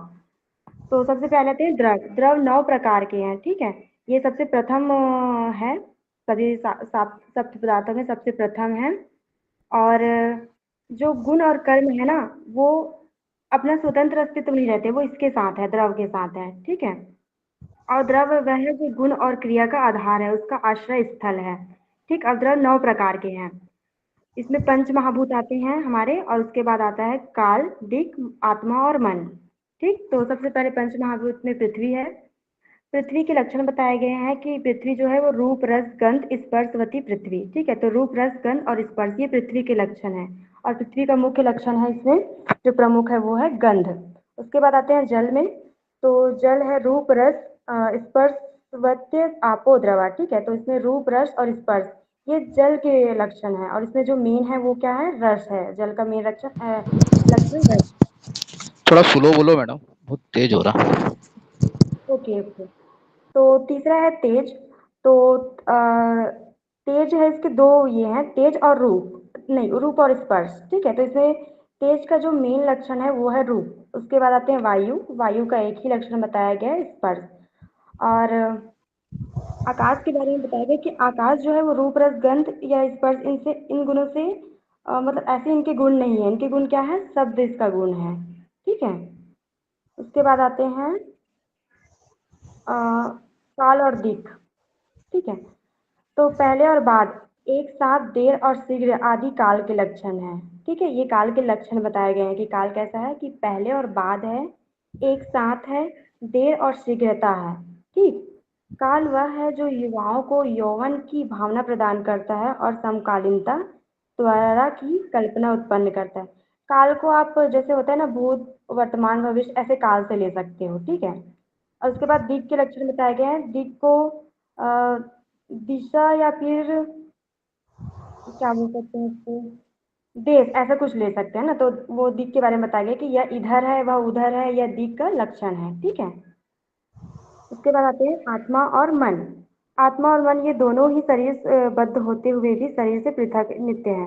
मतलब हमारी आत्मा और मन है वो शरीर से बंधे हुए, लेकिन ये क्या है, पृथक है और नित्य है, और हमारा शरीर क्या है, अनित्य है। ठीक है, तो आत्मा स्वरूपतः निर्गुण, निष्क्रिय, मुक्त और शुद्ध है ना। ये आत्मा के लक्षण या गुण बताए गए हैं। किंतु शरीर और मन के संपर्क में आकर यह सगुण और सक्रिय हो जाता है ना। मतलब आत्मा जब तक उसको शरीर नहीं मिला तब तो वो निष्क्रिय है, लेकिन जैसे उसको शरीर मिल गया तो वो क्या हो गया, सगुण और सक्रिय हो गया। चेतना आत्मा का स्वाभाविक नहीं है, आगंतुक गुण है। आत्मा की अनेकता, मतलब वैशेषिक दर्शन ये मानता है कि आत्मा क्या है, अनेक है। मतलब आत्मा अनेक है, तभी तो हम लोग कभी, कोई व्यक्ति कभी सुख अनुभव कर रहा है, कोई दुख अनुभव कर रहे हैं ना। कोई ज्यादा ज्ञानी है, कोई अज्ञानी है, मतलब अलग अलग है ना।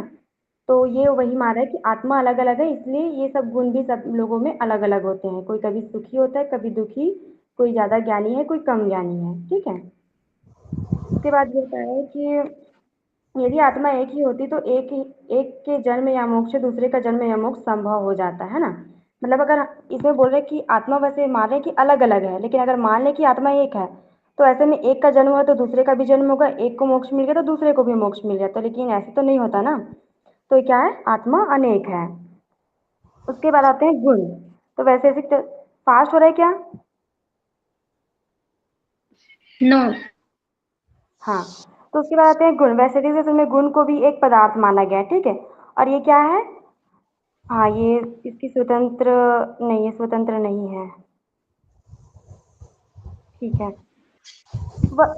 यह ऐसा पदार्थ है जो अपना स्वतंत्र अस्तित्व नहीं रखता। ठीक है, यह हमेशा द्रव के साथ जुड़ा रहता है, इसके आश्रय में रहता है। ठीक, तो ये द्रव के आश्रय में रहता है, इसका स्वतंत्र अस्तित्व नहीं है। और ये तीन है द्रव्याश्रयी गुण, जैसे कि हम अभी देख चुके हैं। नहीं, इसको नहीं पढ़ने हैं। द्रव्याश्रयी अर्थात जो द्रव्य पर आश्रित है। ठीक है, अगुणवान मतलब गुण अगुणवान होते हैं। ठीक, इसका कोई गुण नहीं होता। उसके बाद संयोग वियोग अकारण, अर्थात गुण द्रव के संयोग अथवा वियोग का कारण हो नहीं है। वस्तुतः इसका कारण कर्म है, कर्म का कारण ही वस्तु मिलती और अलग होती है।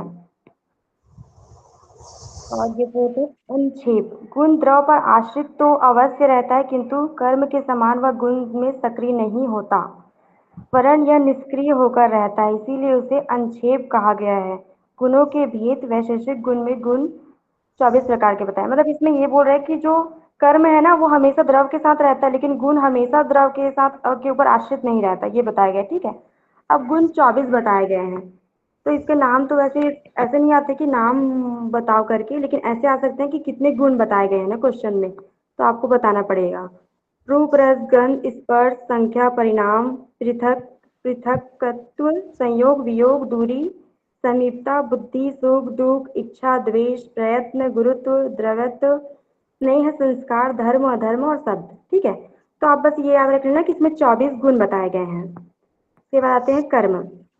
इस दर्शन में 7 पदार्थों की श्रृंखला का तीसरा पदार्थ जो है वो कर्म है ना, जो कि द्रव पर आश्रित है, जो गुण के समान ही अपना स्वतंत्र अस्तित्व नहीं रखता बल्कि द्रव पर आश्रित, बता चुकी मैं। उसके बाद कर्म को गति भी कहते हैं। ठीक है, और यह क्या है, द्रव के संयोग और वियोग का कारण है। और वैशेषिक सूत्र में 5 प्रकार के कर्म बताए गए हैं।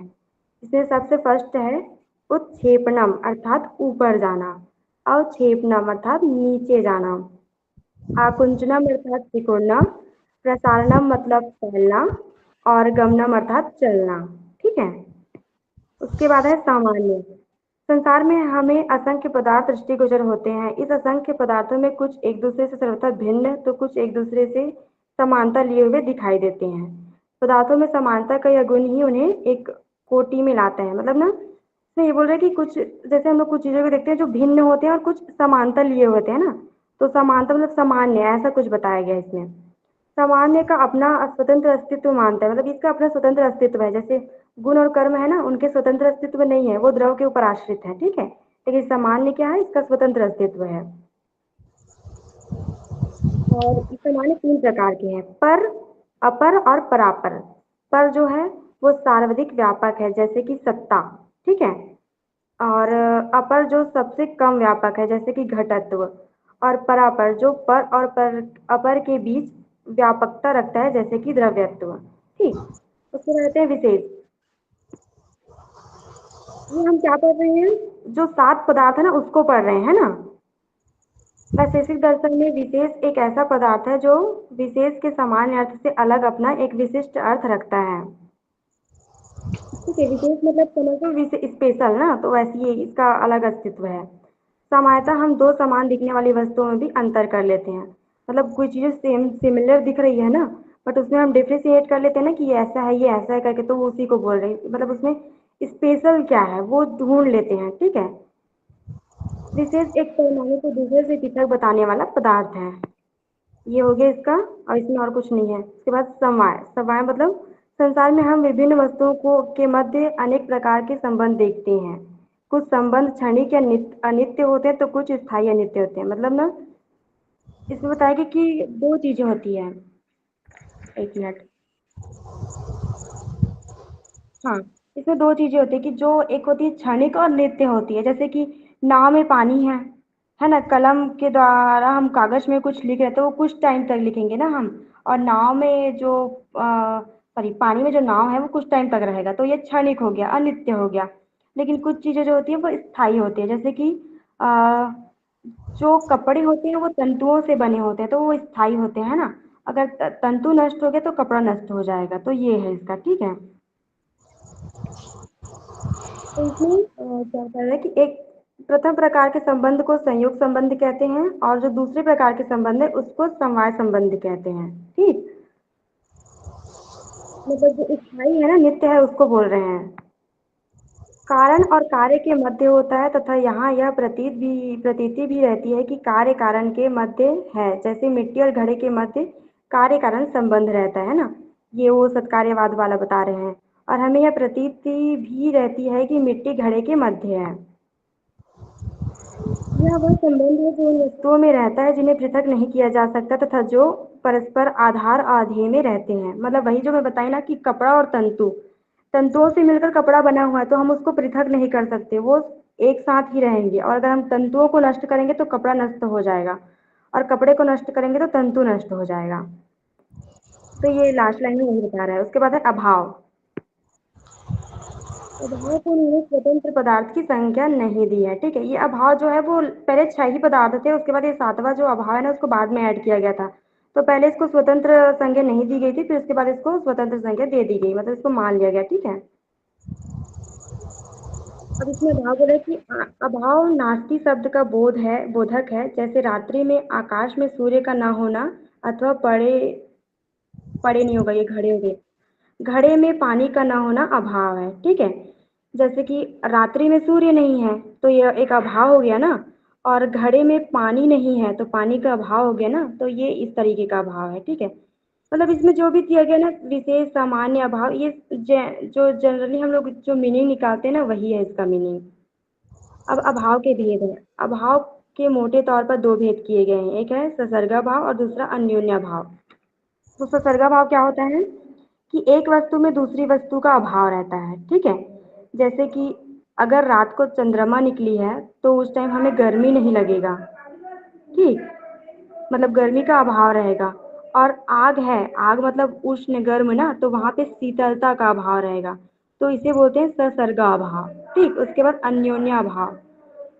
एक वस्तु का अन्य अन्य वस्तु का न होना अन्योन्या भाव है। जैसे कि चंद्रमा सूर्य नहीं है। ठीक है, मतलब एक जो वस्तु है वो अन्य वस्तु नहीं हो सकती। जैसे मैं राधिका हूँ तो मैं कोई और नहीं हो सकती, तो वैसे ये है कि चंद्रमा सूर्य नहीं है। ठीक है, और अग्नि जो है वो जल नहीं है। और उसके बाद अभाव के कुछ प्रकार बताए गए इसमें। प्रागाभाव, प्रध्वसा भाव, अत्यंता भाव, अन्योन्या भाव। हो गया ये कंप्लीट, और एक और बचा है, मीमांसा दर्शन।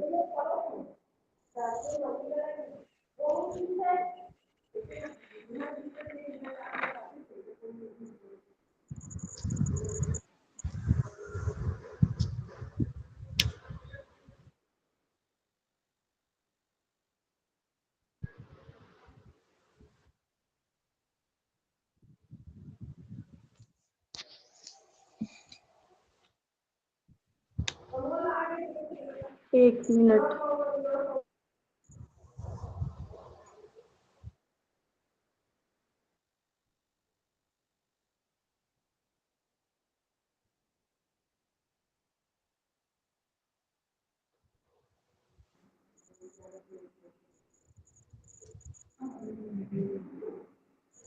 अरे यार कहाँ गया वो।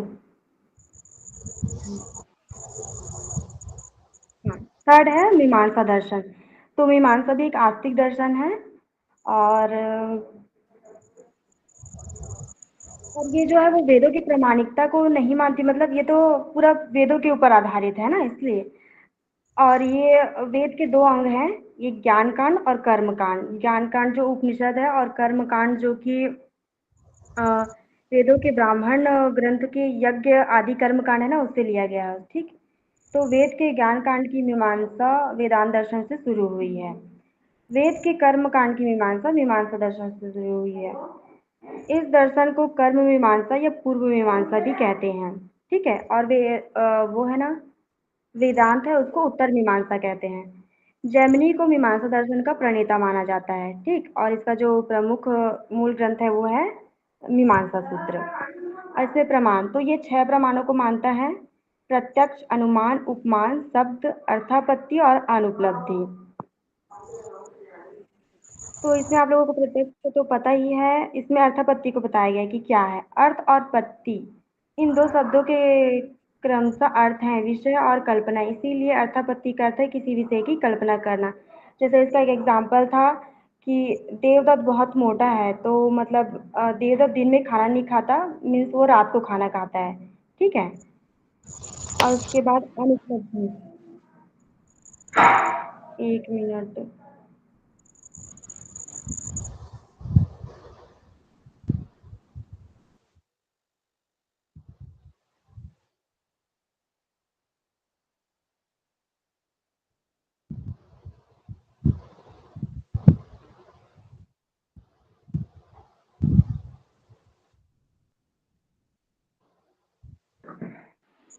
एक मिनट ना। हाँ, उसके बाद है कर्म के प्रकार। इसमें 5 प्रकार के कर्म बताए गए हैं। पहला है नित्य कर्म।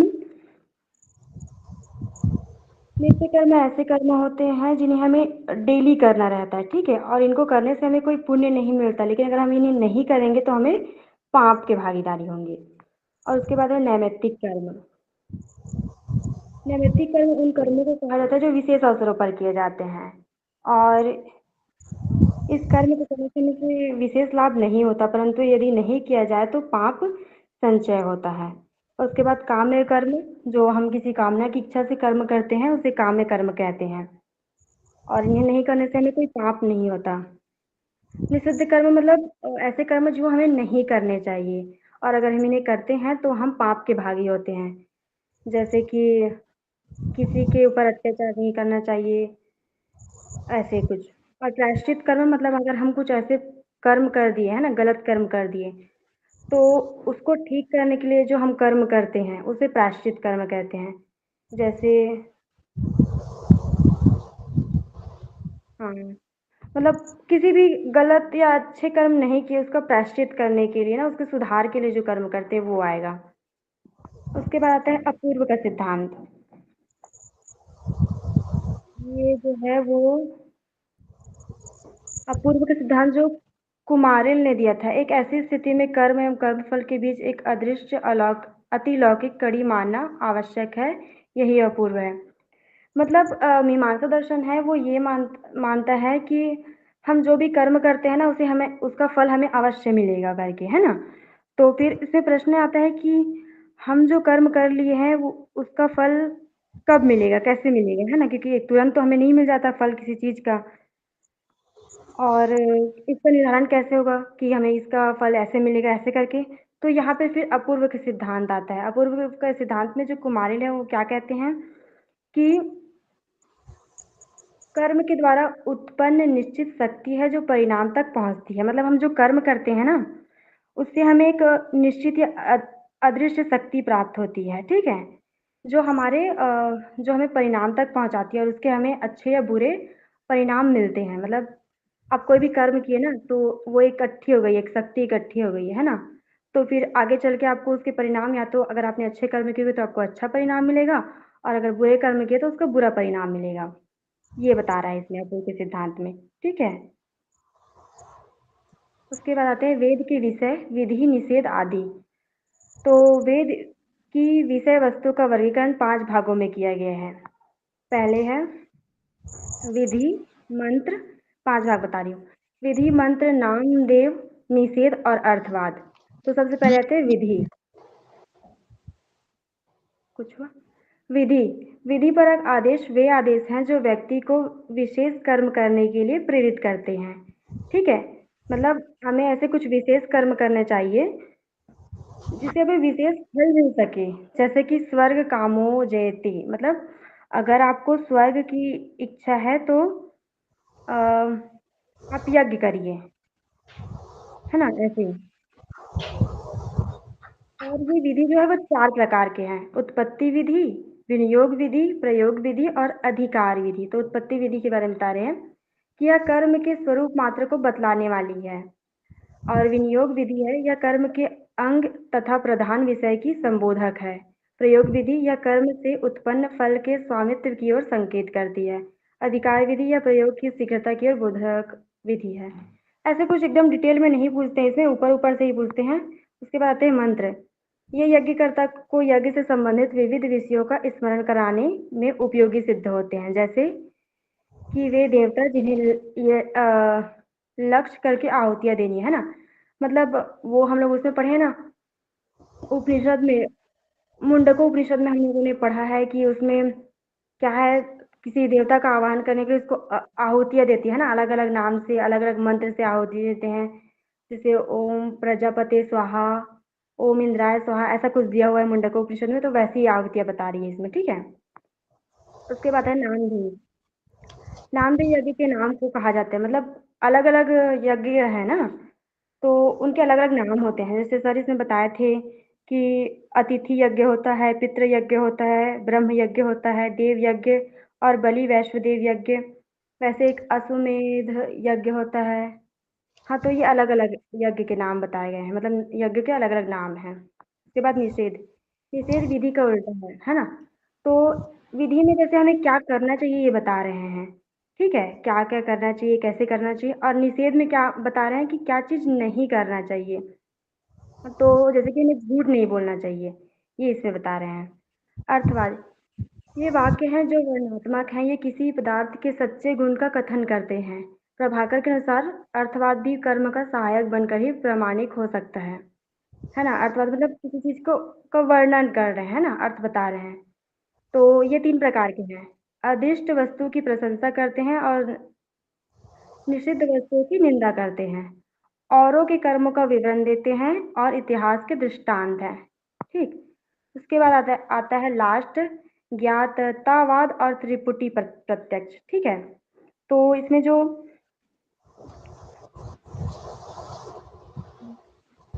जो ज्ञाततावाद है वो कुमारिल ने दिया था, और त्रिपुटी प्रत्यक्ष है वो प्रभाकर ने दिया था। ठीक है, कुमारिल के शिष्य थे प्रभाकर, और इन दोनों ने ही मीमांसा दर्शन को बहुत आगे बढ़ाया था। और इसमें ज्ञातावाद का बताया गया है कि, एक मिनट, नहीं चलो इसका बताते हैं, त्रिपुटी प्रत्यक्ष का। ठीक है, प्रभाकर जो है वो ज्ञान को स्वयं प्रकाश मानते हैं ना। प्रभाकर त्रिपुटी प्रत्यक्ष को स्वीकार करते हैं। इसके अनुसार ज्ञाता, ज्ञाता मतलब मैं, और ज्ञान मतलब देखना, और गे मतलब घड़ा। ठीक है, तो एक साथ ही ज्ञान में प्रकाशित होते हैं। उसके ये आप देख सकते हैं, जैसे कि मैं घड़े को देखता हूँ, इस प्रत्यक्ष में ज्ञाता है घड़ा, गे है देखना, और ज्ञान, तीनों का एक साथ रहते हैं। ठीक है, उसके बाद ज्ञाततावाद क्या है, इसमें क्या है कि जो ज्ञान है वो स्वयं प्रकाश नहीं है। ठीक है, और ज्ञान का साक्षात रूप से, उस ज्ञान को जो है वो साक्षात रूप से नहीं जाना जा सकता। हो गया, और कुछ बचा है इसमें? ना, आप लोगों को समझ में आया कि बहुत ज्यादा फास्ट हो गया था? फास्ट तो बिल्कुल नहीं है। नहीं, ठीक है। ठीक है, क्योंकि ऑलरेडी बहुत टाइम हो चुका है ना, तो थोड़ा जल्दी करना जरूरी था। जल्दी में 11 o'clock से 12 o'clock दिया, लेकिन मेरे को पता है ये क्लास स्ट्रेच करेगा। और क्या खत्म हो गया आपका मीमांसा दर्शन? हाँ, मेरे आपका तीनों खत्म हो ओके ओके। अभी काजल मैम करेंगे। काजल मैम है क्या? बस मैम चारवाक में स्टार्ट करते हैं। चारवाक से स्टार्ट करेंगे। चारवाक से? ये बौद्ध दर्शन में निकल जाए। ओके, रुकिए रुकिए रुकिए थोड़ा। अभी और क्लास है ना अपने जितेंद्र सर की किसकी? हेलो। जितेंद्र सर कुछ मैसेज अच्छा, नहीं एक्चुअली ना किया। अगर आप लोग अच्छा। चाहो ना तो जो चीजें मैंने ऐड की हुई है ना, मैं सिर्फ वो चीज बता देती हूँ। बाकी आप लोग साइड से पढ़ सकते हैं, मैं ये भी कर सकती हूँ अगर आप लोगों को लग रहा है ज्यादा टाइम हो चुका है तो। मैं तो इसीलिए बोल रही हूँ शॉर्ट नोट्स बनाए थोड़ा, मीन्स।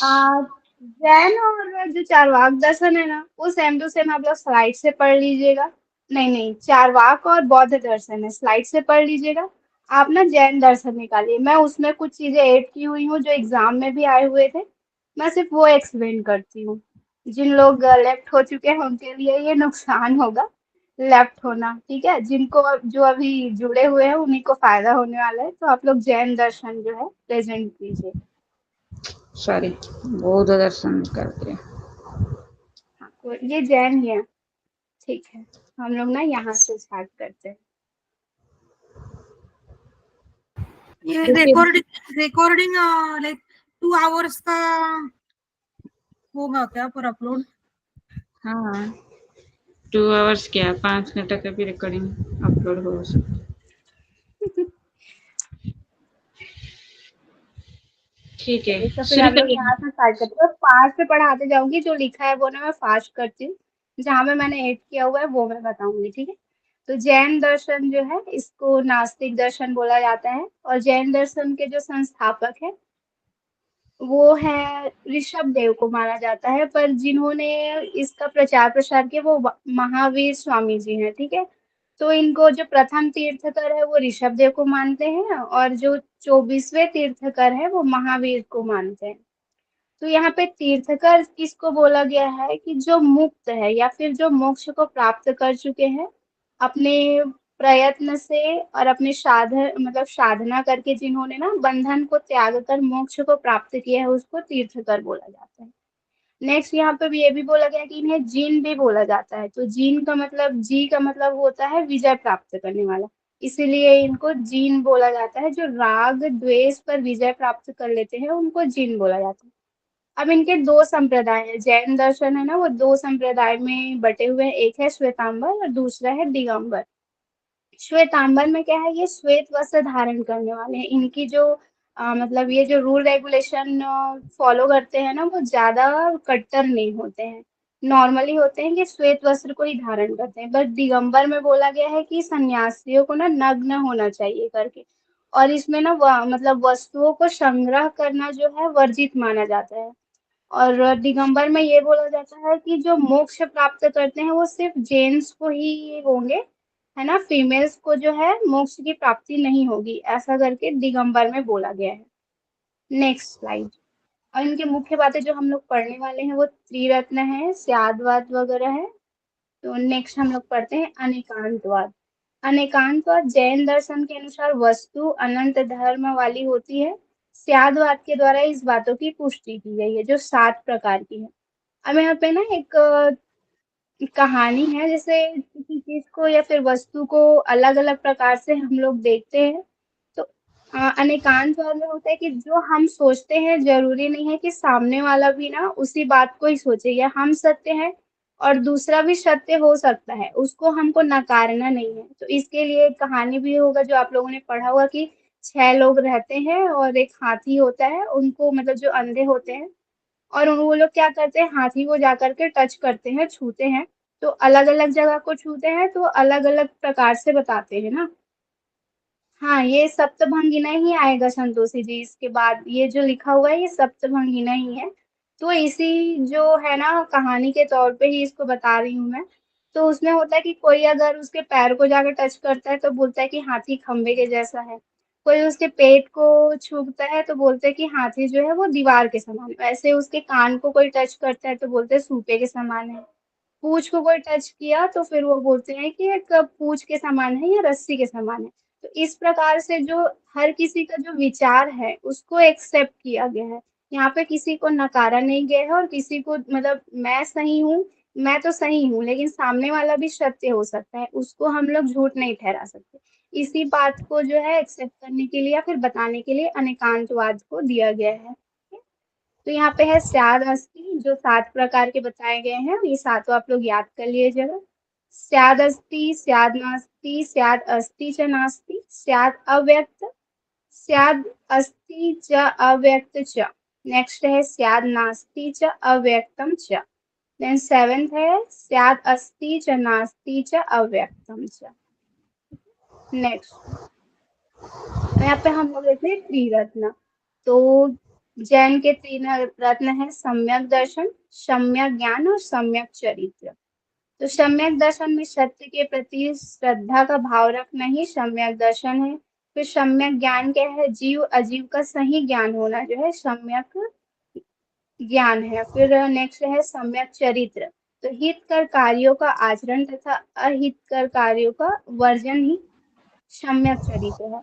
अब सम्यक चरित्र को फॉलो करने के लिए यहाँ पे बहुत सारे मतलब नियम बताए गए हैं जो बहुत ही आवश्यक है, आचरण का पालन करना बहुत आवश्यक है। ठीक है, तो इसमें बताए गए हैं पहले है 5 समितियों का पालन, दूसरा है 3 गुप्तियां, तीसरा है 10 धर्म का पालन, चौथा है जीव और अजीव का चिंतन करना और 5वां है परिहरी द्वंद्व को सहना और 6वां है पंच महाव्रत का पालन करना। तो ये सब चीज हम लोग ना एक एक करके देते हैं, नेक्स्ट स्लाइड में भी दिया हुआ है, मैम आगे कीजिए। ये क्वेश्चन में भी आया था, अभी वाले में नहीं, बट ये क्वेश्चन आया हुआ है। जस्ट ठीक है, अभी एग्जाम हाँ ये अभी वाले क्वेश्चन में आया हुआ था कि इसको ना सीक्वेंस से जमाना था, है ना। तो ये 5 समितियां हम लोग देखते हैं। ईर्ष्या समिति, हिंसा से बचने का जो मार्ग है, और फिर हम लोग अहिंसा का पालन करेंगे तो वो क्या कहलाएगा, ईर्ष्या समिति।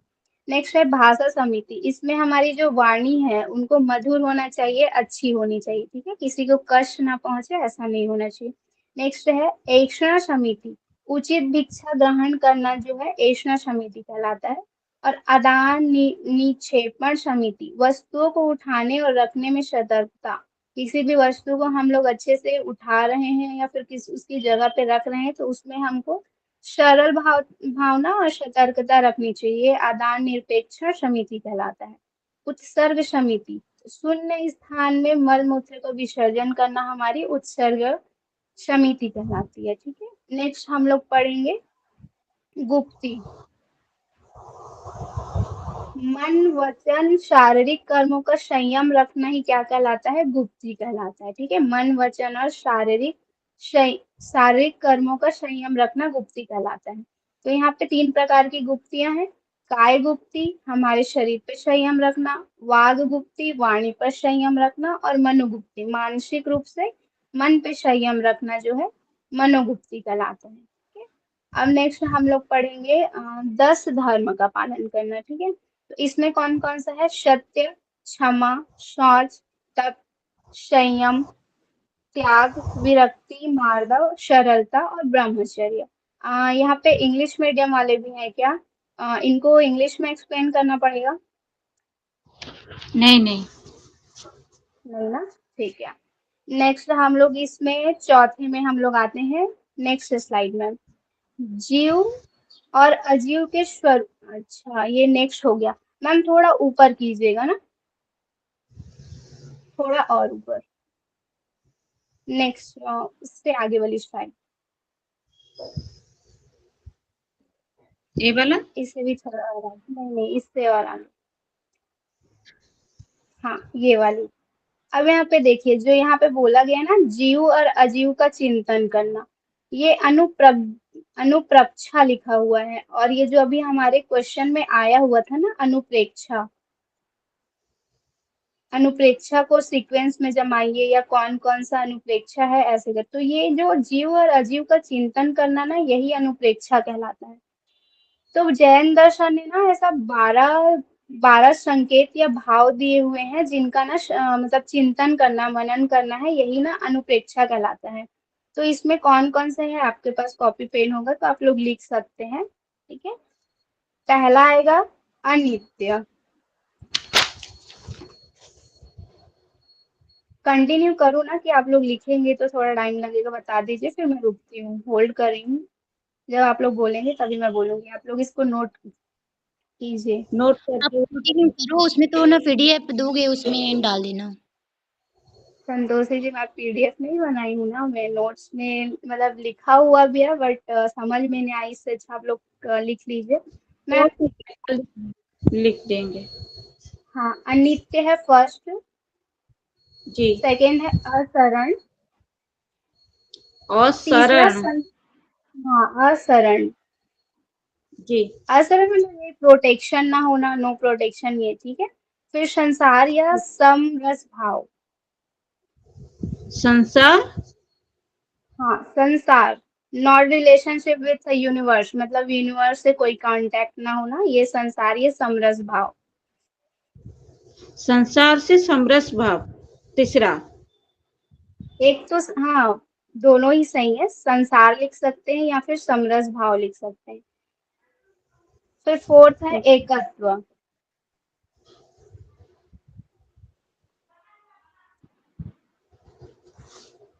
ओके। फिफ्थ है अन्यत्व, सेपरेशन। फिर ओके। सिक्स है अशुचि, इम्प्योरनेस, ठीक है। सेवन है आश्रव। आश्रय। आश्रव, हाँ आश्रव या आश्रव, मीन्स इनफ्लक्स ऑफ सपोर्टिंग। कर्म। सपोर्टिंग ना, आश्रय मीन्स सपोर्ट। हाँ बोल सकते हैं। ओके। नेक्स्ट है संवर। सम। संवर। अच्छा, संवाद। ओके। नेक्स्ट है निर्जरा।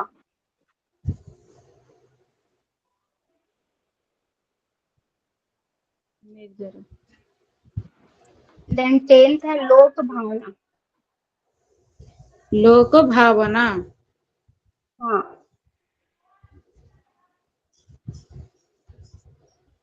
इलेवेंथ है ओके। बोधि दुर्लभ भावना। बुद्धि दुर्लभ भावना। दुर्लभ भावना। हाँ, ये बोधि दुर्लभ भावना में ना जो हम लोगों ने त्रिरत्न पढ़ा हुआ है, सम्यक दर्शन, सम्यक ज्ञान और सम्यक चरित्र, इन तीनों का चिंतन करना बोधि दुर्लभ भावना कहलाता है, ठीक है। और लास्ट है ट्वेल्थ जो है वो धर्म भावना।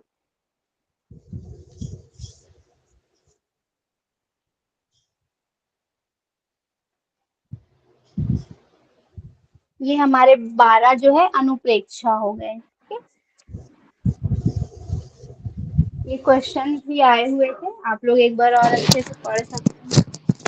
अनुप्रेक्षा साधना होती है ना मैम और एक बार रिपीट कर होती है। दीजिए।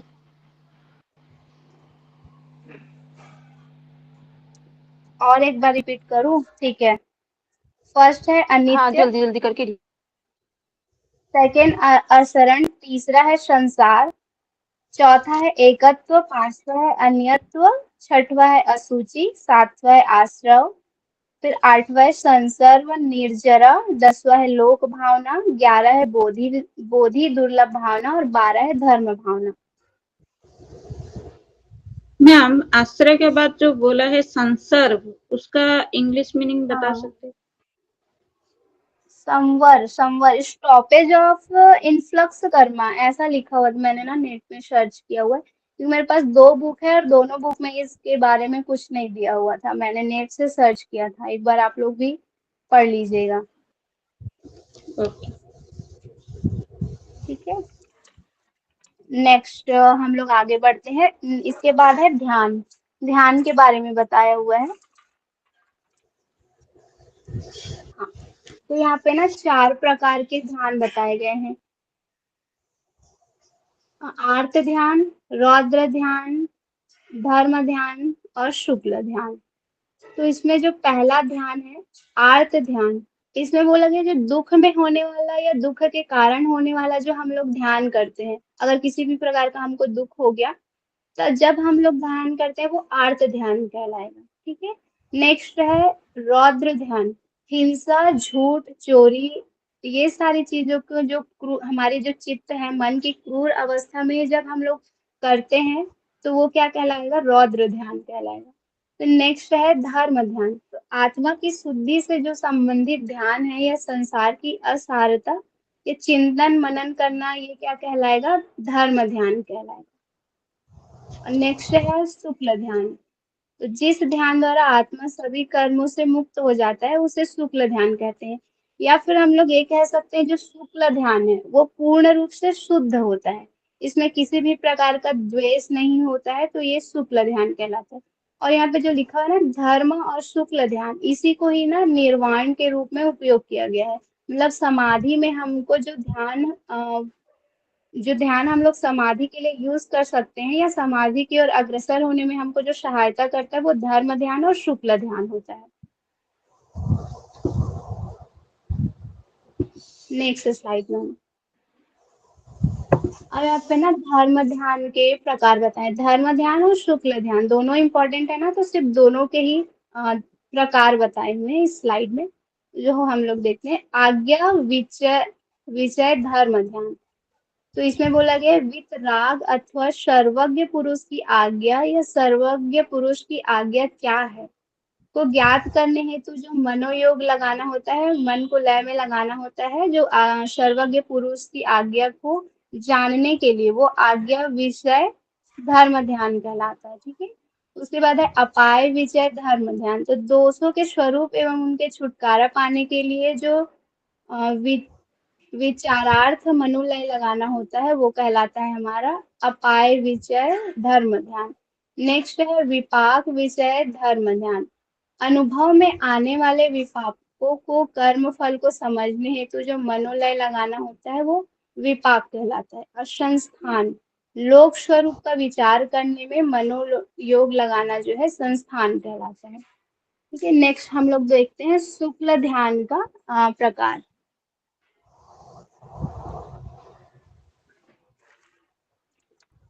मैम स्लाइड, हाँ। शुक्ल ध्यान ना, शुक्ल ध्यान में ध्याता, ध्यान, ध्येय, तीनों प्रकार का जो भेद है वो समाप्त हो जाता है। मतलब यहाँ पे बोला गया है कि हम लोग किसको ध्यान, किस चीज का ध्यान कर रहे हैं, कौन ध्यान कर रहा है और किस प्रकार से ध्यान कर रहे हैं, ये सारी चीजें जो एक रूप में हो जाएगी। एक्चुअली मतलब इसमें बोला गया है कि समाधि की जो स्थिति हो जाएगी तो वो क्या कहलाएगा? शुक्ल ध्यान। ठीक है। यहाँ पे जैन में मतलब बताया गया कि शुक्ल ध्यान से ही हम लोग समाधि की ओर अग्रसर कर सकते हैं, हम ये समझ सकते हैं। तो पहला है पृथकत्व वितक्र। तो ये पृथकत्व वितक्र का मतलब होता है मतलब बहुविधि चिंतन। मतलब हम लोग कोई बहुत सारे चीजों में हम लोग ध्यान लगाएंगे ना तो वो पृथकत्व वितक्र कहलाएगा। ठीक है। फिर नेक्स्ट है एकत्व वितक्र, जो है हम लोग एक तत्व पे हम लोग ध्यान लगाएंगे तो एकत्व वितक्र कहलाएगा। फिर नेक्स्ट है सूक्ष्म क्रिया प्रतिपाती। तो हम लोग जो हम लोग एक तत्व पे लगाए हुए हैं उसके जो सूक्ष्मतम स्तर पे जब हम लोग जाएंगे तो वो सूक्ष्म क्रिया प्रतिपाती कहलाएगा। फिर नेक्स्ट हो जाएगा व्युपरत क्रिया प्रतिपाती।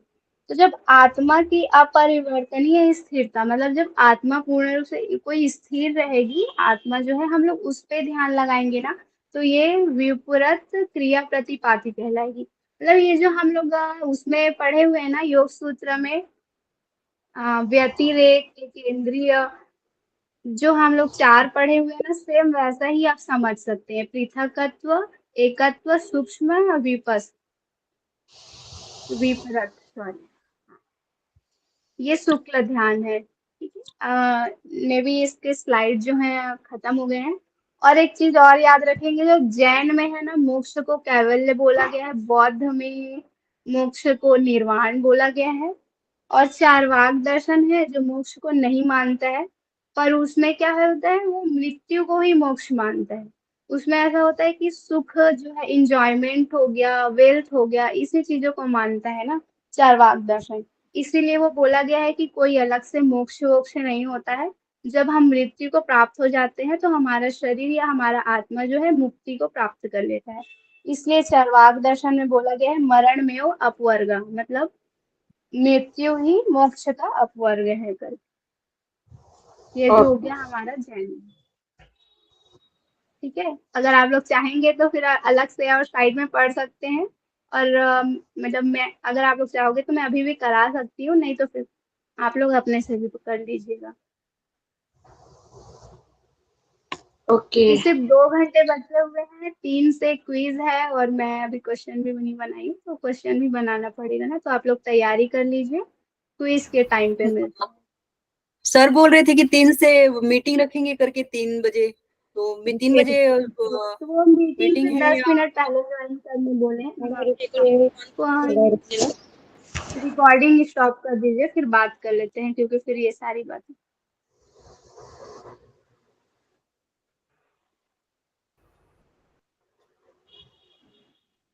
रिकॉर्डिंग स्टॉप कौन करेंगे? सर ही? सर नहीं है शायद। कोई भी नहीं है, हम सब एक साथ में ना मीन्स लिविंग करेंगे, लिव करेंगे, मीटिंग को छोड़ देंगे तो रिकॉर्डिंग आप ही छूट जाएगा। फिर से और एक बार ज्वाइन करिए 2 मिनट के लिए, ठीक है? ओके।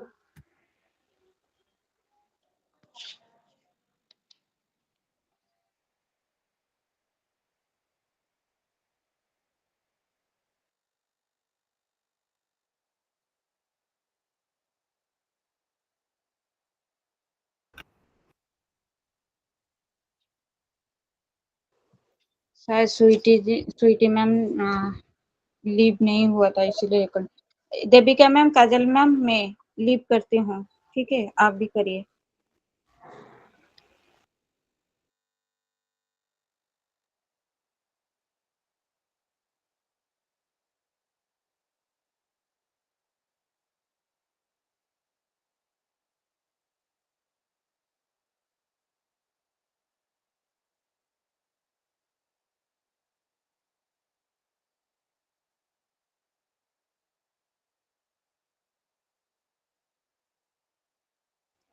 कैसे सब लोग ज्वाइन हो रहे हैं, लेफ्ट हो रहे हैं? सर बोले हैं कि सिर्फ 10 मिनट पहले ज्वाइन कर लीजिएगा करके, उसके बाद हम लोग क्विज स्टार्ट कर सकते हैं।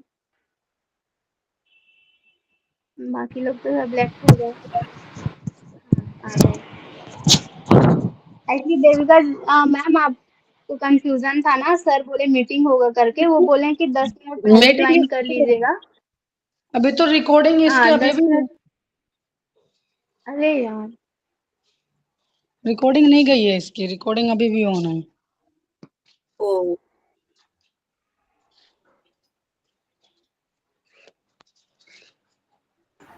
वापस से एक बार लेफ्ट होना पड़ेगा शायद। आई थिंक ग्रुप में मैसेज डाल दो ना, लेफ्ट हो जाओ सब। अब ग्रुप में मैसेज डाल, क्या लीजिए? हाँ, सबसे सही।